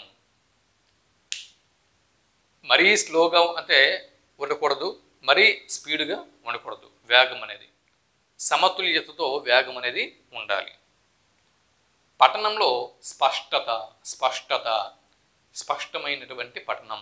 విద్యార్థి యొక్క భాషలో ఉచ్చారణ, పఠన వేగం, పఠనంలో స్పష్టత, వీటి ద్వారా మనం పరీక్షించవచ్చు. లిఖిత పరీక్షలు అంటే రిటన్ ఎగ్జామ్స్. అవునా? భాషా కౌశలాలు ఇక్కడ ఎలాగ ఉంటాయి? ఇది అసలే కాదు. అవునా? ఎవరికైనా చెప్పేస్తారు. లిఖిత పరీక్షలు ఇవి పఠనంకి సంబంధించినవి కావు. మరి రచన పరీక్షలు ఇవి కూడా కావు. రచనలు ఇవి కూడా కావు. అవునా? ఇవి కూడా కావు. లక్ష్యాధార నిరీక్షలు అయినా అవ్వాలి, లేదా మౌఖిక పరీక్షలు అయినా అవ్వాలి కదా. మౌఖికము అంటే ఏంటి అంటే మనము మనస్సులో జనించినటువంటి అంశాలు ఏవైతే ఉన్నాయో అవి ముఖయంత్రం ద్వారా వ్యక్తపరిచేటటువంటి ధ్వనులు గా బయటికి వస్తుంటాయి. ఈ ముఖ యంత్రం ద్వారా మనం వ్యక్తపరిచేటువంటి ధ్వనులనే మౌఖిక ధ్వనులు అని చెప్పి అంటున్నాం. సో ఈ మౌఖిక పరీక్షలు ఇందుకు ఉదాహరణ. భాషా కౌశలాలు అంటే ధ్వని, విద్యార్థులు భాష ఉచ్చారణ, పఠన వేగం, స్పష్టత, వీటికి మౌఖిక పరీక్షలు సరైనటువంటి పరీక్షలు. మౌఖిక పరీక్షలు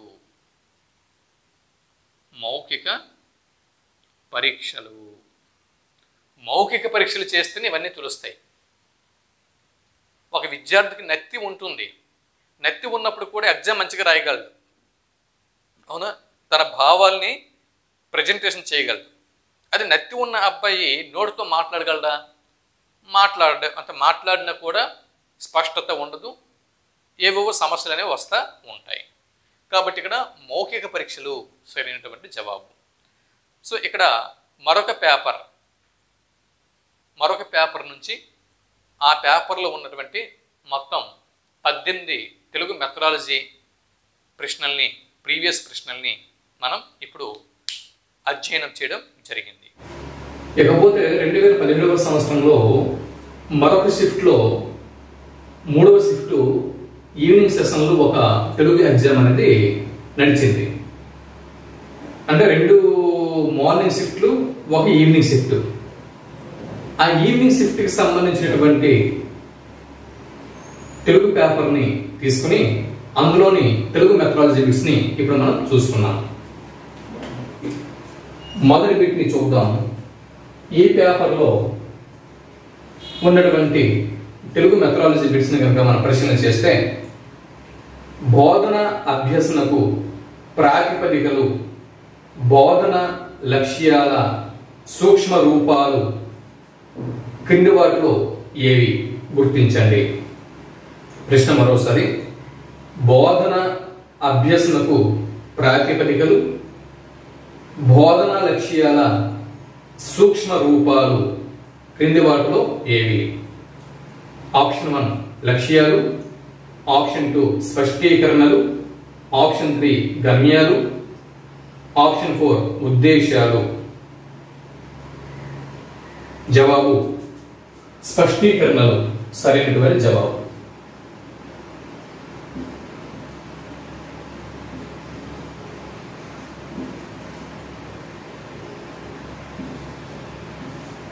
స్పష్టీకరణలు సరైనటువంటి జవాబు.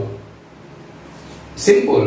బోధనా లక్ష్యాల సూక్ష్మ రూపాలు, లక్ష్యాల యొక్క సూక్ష్మ రూపాలని స్పష్టీకరణలు అని చెప్పి అంటారు కదా. ఇవి బోధన మరియు అభ్యసన అన్నటువంటి ప్రక్రియకి ఇవి ప్రాతిపదికలు కూడా, ప్రాతిపదికగా నిలుస్తాయి. చూసారా బిట్టు మరొకసారి. బోధన లక్ష్యాల యొక్క, అంటే మనం బోధన ఎందుకు చేస్తున్నాం, పిల్లలకు బోధన ఎందుకు చేస్తున్నాం? కొన్ని లక్ష్యాల కోసం, అవునా. ఆ బోధన లక్ష్యాల యొక్క సూక్ష్మ రూపాలని స్పష్టీకరణలు అని చెప్పి అంటాము. అది ఇవి బోధన అభ్యసన ప్రక్రియకి ప్రాతిపదికలుగా కూడా పేర్కోవచ్చు. తర్వాత బిట్టు. తక్కువ కాలంలో ఎక్కువ పఠనం సాగించటం. తక్కువ కాలంలో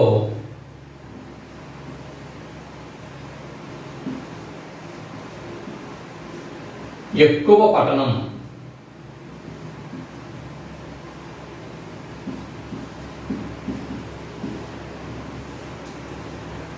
తక్కువ కాలంలో ఎక్కువ పఠనం, దీన్ని ఏమంటారు?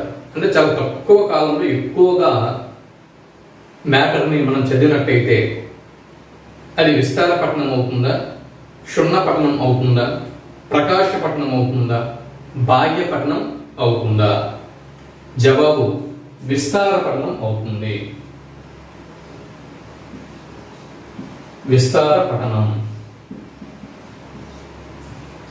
తక్కువ సమయంలో ఎక్కువ కంటెంట్ మనం చదవగలిస్తే దాన్ని విస్తార పఠనం అని చెప్పి అంటాం. కాంపిటేటివ్ ఎగ్జామ్స్ కి ప్రిపేర్ అవుతున్నటువంటి అభ్యర్థులు ఒకవైపు విస్తార పఠనం చేస్తూనే ఇంకొక వైపు క్షుణ్ణ పఠనం కూడా చేస్తూ ఉంటారు. కాంపిటేటివ్ ఎగ్జామ్స్ కి ప్రిపేర్ అయ్యే అభ్యర్థులు ప్రకాశ పఠనం చెయ్యరు, బాహ్య పఠనం చెయ్యరు. వీళ్ళు ఏం చేస్తారు? విస్తార పఠనం చాలా తక్కువ సమయంలో ఎక్కువ కంటెంట్ ని కవర్ చేస్తూ ఉంటారు. అలాగే క్షుణ్ణంగా వాటిని చదువుతూ ఉంటారు. కాబట్టి కాంపిటేటివ్ ఎగ్జామ్ ప్రిపేర్ అయిన వారు విస్తార పఠనం, క్షుణ్ణ పఠనం రెండు కూడా చేస్తారు.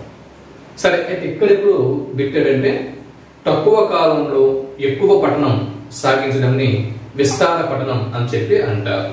ఇకపోతే 57వ బిట్ని ఇప్పుడు మనం చూస్తున్నాం. అదే బిట్ నంబర్ 3, 3వ బిట్ని మనం ఇప్పుడు చూస్తున్నాం. 3వ బిట్ని మనం చూస్తున్నాం.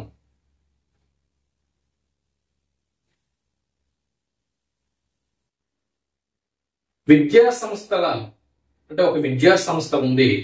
ఆ విద్యా సంస్థ లోపల మరియు విద్యా సంస్థ బయట జరిగే కార్యకలాపాలని ప్రతిబింబించేటటువంటి ప్రణాళికని ఏమంటారు? మళ్ళీ దీన్ని నోట్స్ లో రాసుకోవడం, నోట్స్ లో రాసుకొని చదువుతాము. ఆ కాన్సెప్ట్ తీసేయండి. ఎగ్జామ్ ఇంకా 4 రోజులు ఉంది. ఏపీ టెట్ ఎగ్జామ్ 4 రోజులు మాత్రమే ఉంది. ఈ 4 రోజుల్లో మనం శిశు వికాసం అధ్యాపనం కవర్ చేయాలి. అలాగే తెలుగు కంటెంట్ మెథడాలజీ కవర్ చేయాలి, ఇంగ్లీష్ కంటెంట్ మెథడాలజీ కవర్ చేయాలి.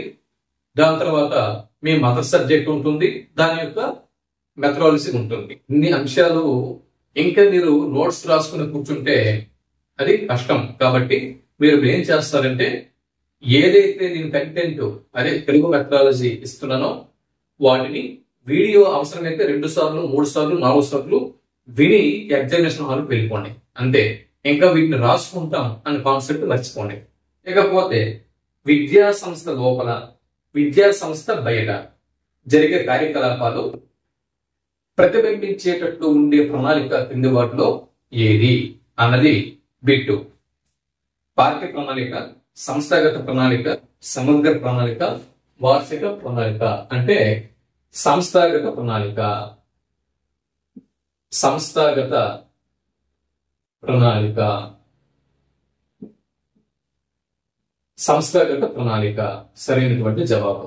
సంస్థాగత ప్రణాళిక సరైనటువంటి జవాబు. అలాగే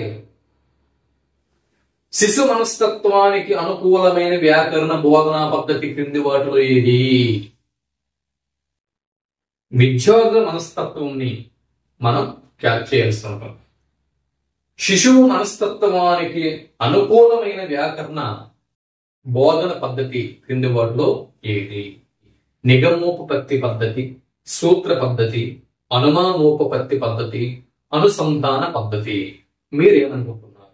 సరైనటువంటి జవాబు ఏది ఉంటుంది? శిశు మనస్తత్వానికి అనుకూలమైన వ్యాకరణ బోధన పద్ధతి క్రింది వాటిలో ఏది? జవాబు అనుమానోపపత్తి పద్ధతి.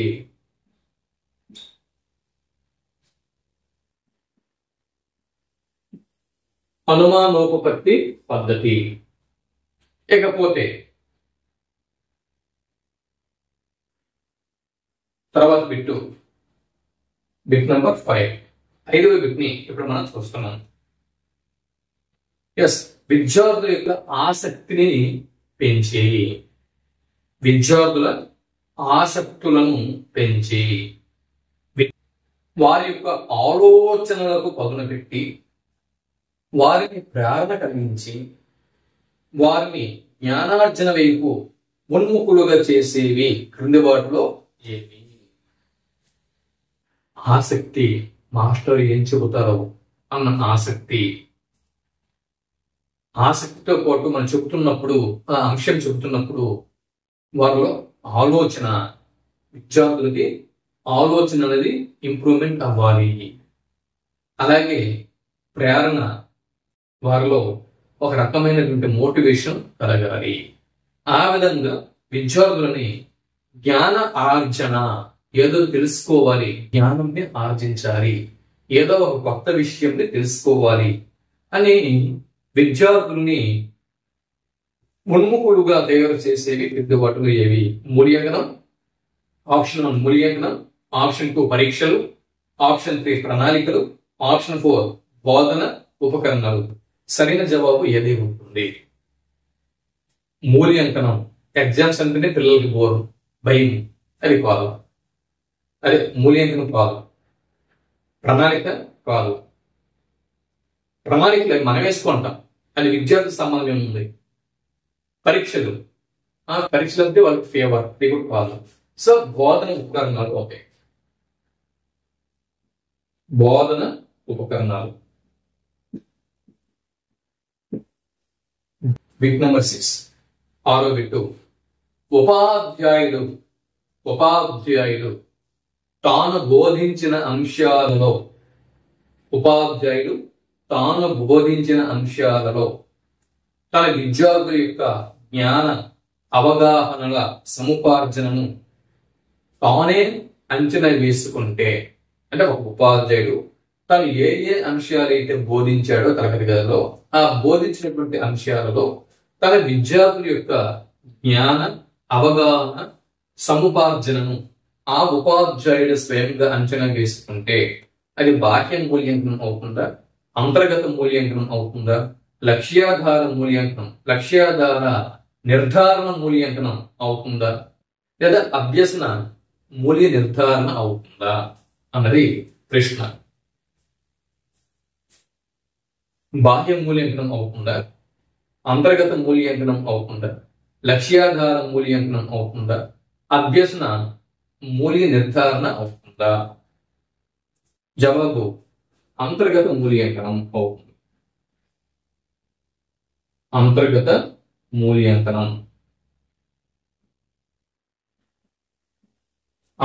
మూల్యాంకనం అవుతుంది. ఇకపోతే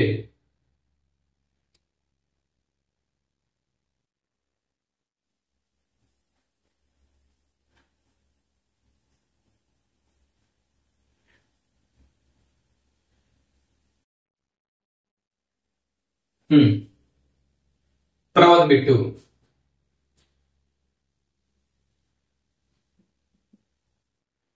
బిట్ నెంబర్ 7, పరభాష ద్వారా బోధన అంటే సోపానాలు లేని సౌధం వంటిది అన్నవారు ఎవరు? పరభాష ద్వారా బోధన అంటే సోపానాలు లేని సౌధం వంటిది. ఎవరన్నారు ఈ మాట? కొఠారి గారు పేర్కొన్నారా? లక్ష్మణ్ మొదలి గారు పేర్కొన్నారా? సర్వేపల్లి రాధాకృష్ణన్ పేర్కొన్నారా? రవీంద్రనాథ్ ఠాగూర్ పేర్కొన్నారా? మీకు అందరూ తెలుసు, రవీంద్రనాథ్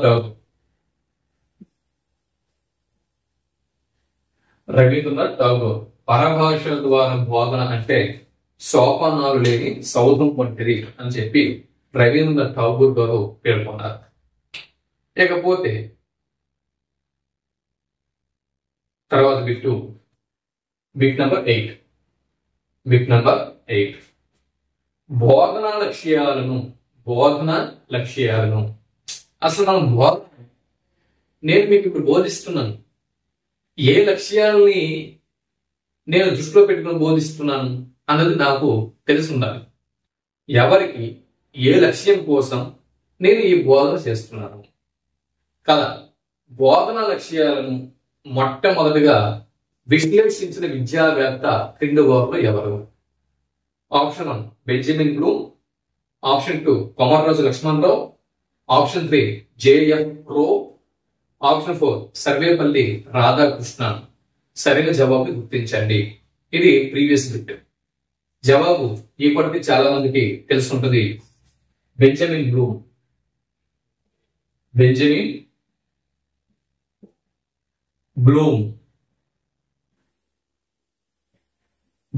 బ్లూమ్ సరైనటువంటి జవాబు. ఇకపోతే తర్వాత బిట్టు చూడండి. కొంతమంది మాట్లాడేటప్పుడు మొదట బాగా వినబడేటట్లు మొదలుపెట్టి చక్కగా స్పష్టంగా అందరికి వినిపించేటట్టు ముందు ప్రారంభించి క్రమంగా స్వరాన్ని తగ్గించి మాట్లాడటం అనేది ముందు చక్కగా మాట్లాడి తర్వాత అలాగా స్వరం తగ్గించి మాట్లాడితే ఇది సమవేగ రాహిత్య దోషం అవుతుందా, సమస్వర రాహిత్య దోషం అవుతుందా, వేగోచ్చారణ దోషం అవుతుందా, అనునాసిక దోషం అవుతుందా అన్నది బిట్. జవాబు రాహిత్య, స్వర రాహిత్య. ఓకే, సమస్వర రాహిత్యం. ఎస్, సమానమైన స్వర రహిత భాష. అది ఇక్కడేంటి, మొదట చాలా చక్కగా ప్రారంభించాడు, స్వరం బాగానే ఉంది. తర్వాత స్వరం అనేది అలాగే తగ్గించాడు. అంటే స్వరం అనేది సమానంగా మెయింటైన్ చేయలేదు, స్వరంలో టెంపో మెయింటైన్ చేయలేదు. అదే సమస్వర రాహిత్య దోషం. రాహిత్యం అంటే లేకపోవటం. అది ఇకపోతే బిట్ నెంబర్ 10. బిట్ నెంబర్ 10 క్షుణ్ణ పఠనం, విస్తార పఠనం. క్షుణ్ణ విస్తార పఠనాలకు చిత్తాన్ని ఆయత్తపరుస్తూ విషయ గ్రహణ శక్తిని, అర్ధ గ్రహణ శక్తిని పెంపొందించే పఠనం క్రింది వాటిలో ఏది?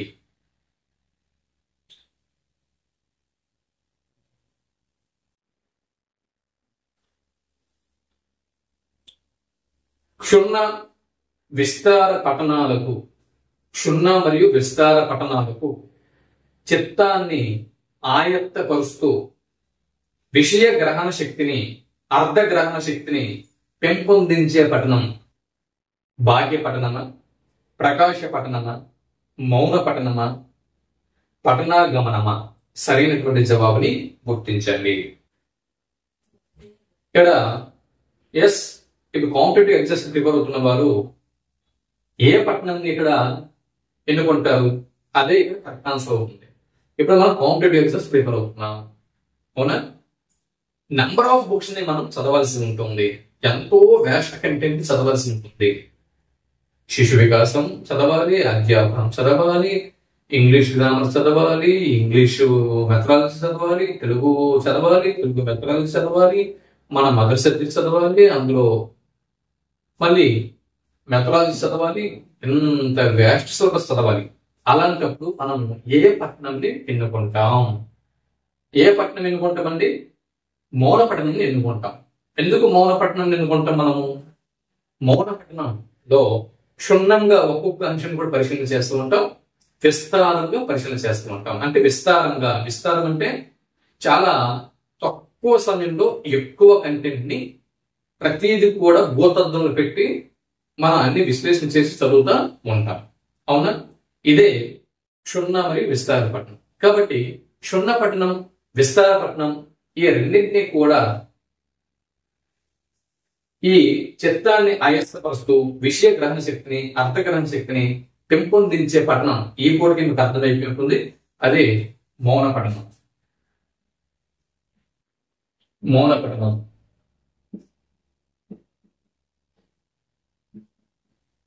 Bit number 11. అభ్యాసం చేయటం ద్వారా పునర్భరణం చేకూర్చటానికి, అభ్యాసం చేయటం ద్వారా పునర్భరణం చేకూర్చటానికి తోడ్పడేది క్రింది వాటిలో నికష, కృషి పుస్తకం, ప్రధాన వాచకం, నిఘంటువు. సరైనటువంటి జవాబుని గుర్తించండి. అభ్యాసం చేయటం ద్వారా పునర్భరణం చేకూర్చటానికి తోడ్పడే పుస్తకం కృషి పుస్తకం. కృషి పుస్తకం. కృషి పుస్తకం ఎందుకంటే అభ్యాసం కోసం. గుర్తుపెట్టుకోండి. అభ్యాసం ఏదైతే ఉందో అభ్యాసం చేయటం ద్వారా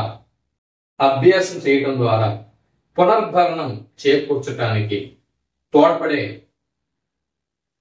పుస్తకం కృషి పుస్తకం. ఇకపోతే బిట్ నంబర్ 12. 12వ బిట్ ని ఇప్పుడు మనం చూద్దాం. విద్యార్థుల యొక్క దృష్టిని బోధనా అంశంపై మళ్లించడానికి, విద్యార్థుల యొక్క దృష్టిని బోధన అంశంపైకి మళ్లించడానికి, వింటున్నారా? విద్యార్థుల యొక్క దృష్టిని బోధన అంశంపైకి మళ్లించడానికి, వారికి పాఠ్యాంశంపై ఆసక్తి పెంచడానికి, అభిరుచిని కలిగించేందుకు ఉపయోగపడే సోపానం కింది వాటిలో ఏది అన్నది బిట్. మూల్యాంకనమా, ఇంటి పని, ఉన్ముఖీకరణం లేదా ప్రదర్శనం? సరైన జవాబుని గుర్తించండి. మీకు అందరూ తెలుసు, విద్యార్థుల దృష్టిని బోధన అంశంపైకి మళ్లించడానికి, వారికి పాఠ్యాంశంపై ఆసక్తిని, అభిరుచిని కలిగించడానికి ముందుగా ప్రతి ఉపాధ్యాయుడు కూడా చేయవలసినటువంటి సోపానం ఉన్ముఖీకరణం అన్న విషయం మీకు అందరికీ తెలుసు. జవాబు ఉన్ముఖీకరణ.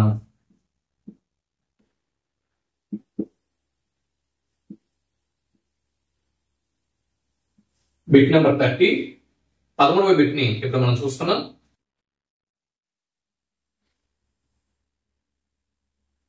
పద్యంలోని పదాలను, పద్యంలోని అంటే ఒక పద్యం ఉంది, పద్యంలోని పదాలను విడదీసి, పద్యంలో ఉన్నటువంటి పదాలని మనం విడదీసి ప్రతి పదానికి అర్థం చెబుతూ వివరణ ఇస్తూ పద స్వరూప స్వభావాలను విడపరిచి చెప్పే బోధనా పద్ధతి క్రింది వాటిలో ఏది? అంటే పద్య భాగం తీసుకున్నాం. ఇప్పుడు ఒక పాఠ్యాంశము పద్యానికి సంబంధించినది పద్య భాగం. ఈ పాఠ్యాంశాన్ని తీసుకున్నాం. అందులో ఒక పద్యంని మనం ఏం చేసాము? ఒక పద్యం తీసుకున్నాం. ఆ పద్యంలోని ప్రతి పదాన్ని విడదీసి ఆ పదానికి అర్థం చెబుతూ వివరణ ఇస్తూ పద స్వరూప స్వభావాలను విడమర్చి వ్యాకరణ అంశాలన్నింటినీ కూడా చెబుతూ మన బోధన కొనసాగించాం. అప్పుడు అది ఏ బోధన పద్ధతి అవుతుంది? ఖండ పద్ధతి అవుతుందా, లేదా పూర్ణ పద్ధతి అవుతుందా, పఠన పద్ధతి అవుతుందా, లేదా తాత్పర్య పద్ధతి అవుతుందా? అది ఏ పద్ధతి అవుతుంది అన్నది బిట్. జవాబు ఖండ పద్ధతి. ఖండ పద్ధతి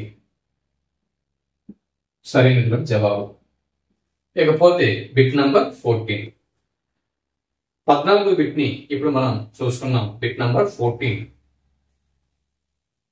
కాలక్రమంలో భాష ఒక యుగం నుంచి ఇంకొక యుగం వరకు ఎలాంటి మార్పులు పరిణామాలు పొందిందో తెలిపే వ్యాకరణంని ఏమంటాము? చూడండి, మళ్ళీ ప్రశ్న మళ్ళీ రిపీట్ చేస్తున్నా. ముందు మీకు ప్రశ్న అర్థమైతేనే జవాబు గుర్తించగలరు. కాలం మారుతుంది. ఎస్, ఇప్పుడు మనం చూస్తే నన్నయ్య కాలం 11వ శతాబ్దం, ఇప్పుడు మనం ఉన్నది 21వ శతాబ్దం. ఎన్ని శతాబ్దాలు మారిపోన్నాయి? అవునా? 11వ శతాబ్దం ఎక్కడ, 21వ శతాబ్దం ఎక్కడ? అయితే ఇన్ని శతాబ్దాలు, ఇన్ని వందల సంవత్సరాల్లో ఇదే కాలక్రమం. అంటే ఇన్ని వందల సంవత్సరాలు ఇదే కాలక్రమం. ఈ కాలక్రమంలో మన తెలుగు భాషలో ఎన్నో మార్పులు చేర్పులు జరిగాయి. అవునా? శాసన భాష ఉంది, గ్రాంధిక భాష ఉంది, వ్యవహారిక భాష ఉంది.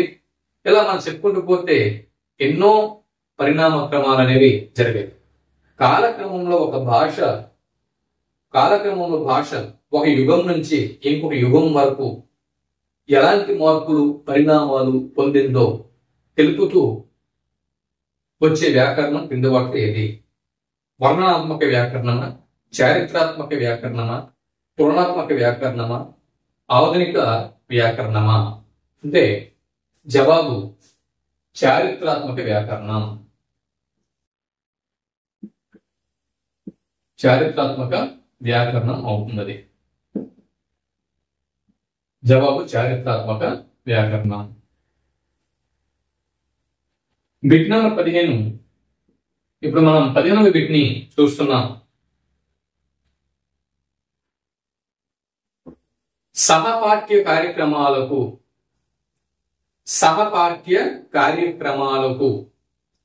సంబంధించినవి క్రింది వాటిలో ఏవి? అంటే సహపాఠ్య కార్యకలాపాలకి చెందినటువంటి అంశాలు కింద ఉన్నాయి, అవి ఏవి గుర్తించండి. ఆప్షన్: ఫ్లాష్ కార్డులు, ప్యానల్ బోర్డులు. ఆప్షన్ 2 నల్లబల్ల మరియు అయస్కాంతపు బల్ల. ఆప్షన్ 3 భాషా క్రీడలు మరియు గ్రంథాలయాలు. ఆప్షన్ 4 రేడియో మరియు టేప్ రికార్డర్. వీటిలో సరైనటువంటి జవాబుని గుర్తించండి. సహపాఠ్య కార్యక్రమాలు.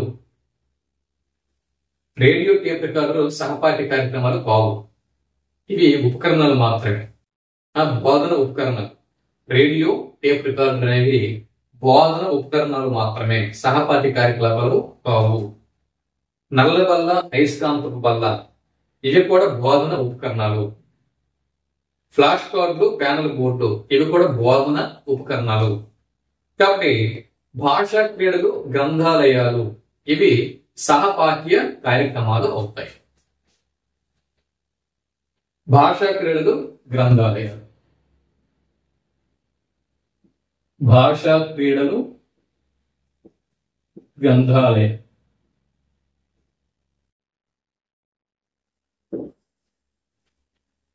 నేను ఇక్కడ ప్రశ్నలు ఎందుకు ఇవ్వట్లేదంటే జస్ట్ మీరు వినండి, వీడియో వినండి, ఒక 2-3 సార్లు విని ఎగ్జామినేషన్ హాల్కి వెళ్ళండి, మీరు రాయగలరు. ఇప్పుడు నేను చెప్తున్నప్పుడు చాలా బిట్లకి మీకు ఆన్సర్లు తెలిసిపోతున్నాయి. ఇంకా ఏవైతే కొంచెం క్లిష్టంగా అనిపిస్తున్నాయి అవి మీరు జస్ట్ ఒక రన్నింగ్ నోట్స్ లో జస్ట్ సినాప్సిస్ రూపంలో రాసుకోండి అంతే. మొత్తం ఎన్ని బిట్లు చెప్తున్నా అన్ని బిట్లు రాసుకుని కూర్చుంటే నోట్స్ నిండుతుంది, మన మెదడు నిండదు. కాబట్టి పాఠశాల పత్రికకు ప్రధాన సంపాదకుడు ఎవరు? పాఠశాల పత్రికకు ప్రధాన సంపాదకుడు. పాఠశాల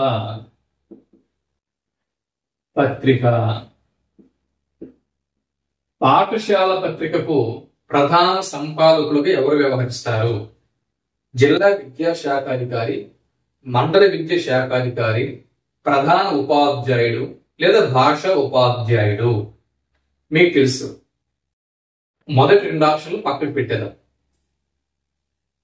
జిల్లా విద్యాశాఖాధికారి ఎన్ని పాఠశాలకి ఉంటాడు? అది అవదు. ఇప్పుడు మండల విద్యాశాఖాధికారి ఇప్పుడు మండలంలో ఉన్నటువంటి అన్ని స్కూళ్ళకి ఆయన ఉండగలరా? ఉండలేదు. కాబట్టి ఎవరు అవుతారు? ప్రధాన ఉపాధ్యాయుడు, ఆ పాఠశాలకు చెందిన ప్రధాన ఉపాధ్యాయుడు కానీ లేదా భాషా ఉపాధ్యాయుడు కానీ ఇరువురు ఎవరో ఒకరు ఉంటారు. అవునా? ఆ ఇరువురు ఎవరైనా మనం చూద్దాం. పాఠశాల పత్రికకు ప్రధాన సంపాదకుడు భాష ఉపాధ్యాయుడు. భాషోపాధ్యాయుడు.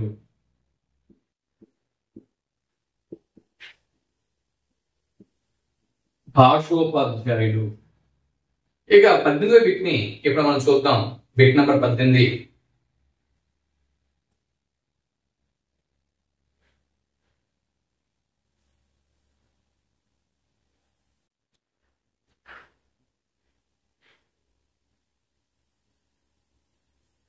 ఎక్కడో తేడా వచ్చింది. 1 2 3 4 5 6 7 8 9 10 11 12 13 14 15 16 17 18. ఓకే, సారీ, ఇది భాషోపాధ్యాయుడు. 17వ బిట్ని బిట్ నంబర్ 17 చూద్దాం. Bit number 17. ఇకపోతే విద్యార్థి తాను గతంలో నేర్చుకున్న విషయాలను అవగాహన చేసుకున్నటువంటి అంశాలను, తాను గతంలో నేర్చుకున్న విషయాలని అవగాహన చేసుకున్న అంశాలను, గతంలో కొన్ని విషయాలు నేర్చుకున్నాడు, అవగాహన చేసుకున్నాడు, వాటిని ఇప్పుడు కొత్త సన్నివేశాలు వినియోగించుకుంటున్నాడు. కొత్త సన్నివేశాల్లో వాటిని గతంలో నేర్చుకున్న అంశాలని అప్లై చేసుకుంటున్నాడు. అప్పుడు ఇది ఏమవుతుంది? ఇది వినియోగమా, జ్ఞానమా, నైపుణ్యమా, ఉద్దేశమా? నేను ముందే చెప్పేసినాను. ఏమని చెప్పాను? విద్యార్థి తన గతంలో 9th క్లాస్లోనో లేకపోతే 10th క్లాస్లోనో స్కూల్ స్టేజ్లోనో తన ఉపాధ్యాయుల ద్వారా, తన తోటి స్టూడెంట్ల ద్వారా, తన పాఠ్యాంశాల ద్వారా వివిధ పుస్తకాల ద్వారా ఏవో కొన్ని అంశాలు నేర్చుకున్నాడు స్కూల్ స్టేజ్లో. నేర్చుకున్న తర్వాత వాడు స్కూల్ స్టేజ్ అయిపోయింది, కాలేజ్ స్టేజ్ అయిపోయింది. ఇప్పుడు ఉద్యోగంలోకి వచ్చాడు, జాబ్లోకి వచ్చాడు. చిన్నప్పుడు తను నేర్చుకున్నటువంటి అంశాలని ఇప్పుడు తను అప్లై చేసుకున్నాడు. చిన్నప్పుడు తను నేర్చుకున్నటువంటి నాలెడ్జ్ ని, జ్ఞానాన్ని వినియోగించుకుంటున్నాడు కాబట్టి ఇక్కడ ఏమవుతుంది? ఇది వినియోగం అవుతుంది. వినియోగం జవాబు వినియోగం అది. ఇకపోతే 18వ బిట్ నంబర్ 18. విద్యా లక్ష్యాలను సాధించటానికి విద్యా విధానంలో చేరిన విద్యా ప్రక్రియ కింది వాటిలో ఏది? చూసారా? విద్యా లక్ష్యాలను సాధించటానికి విద్యా విధానంలో చేరిన విద్యా ప్రక్రియ. బోధన అభ్యసన ప్రణాళిక, బోధన అభ్యసన సామగ్రి, శిక్షణ, మూల్యాంకనం. సరైన జవాబును గుర్తించండి. జవాబు మూల్యాంకనం.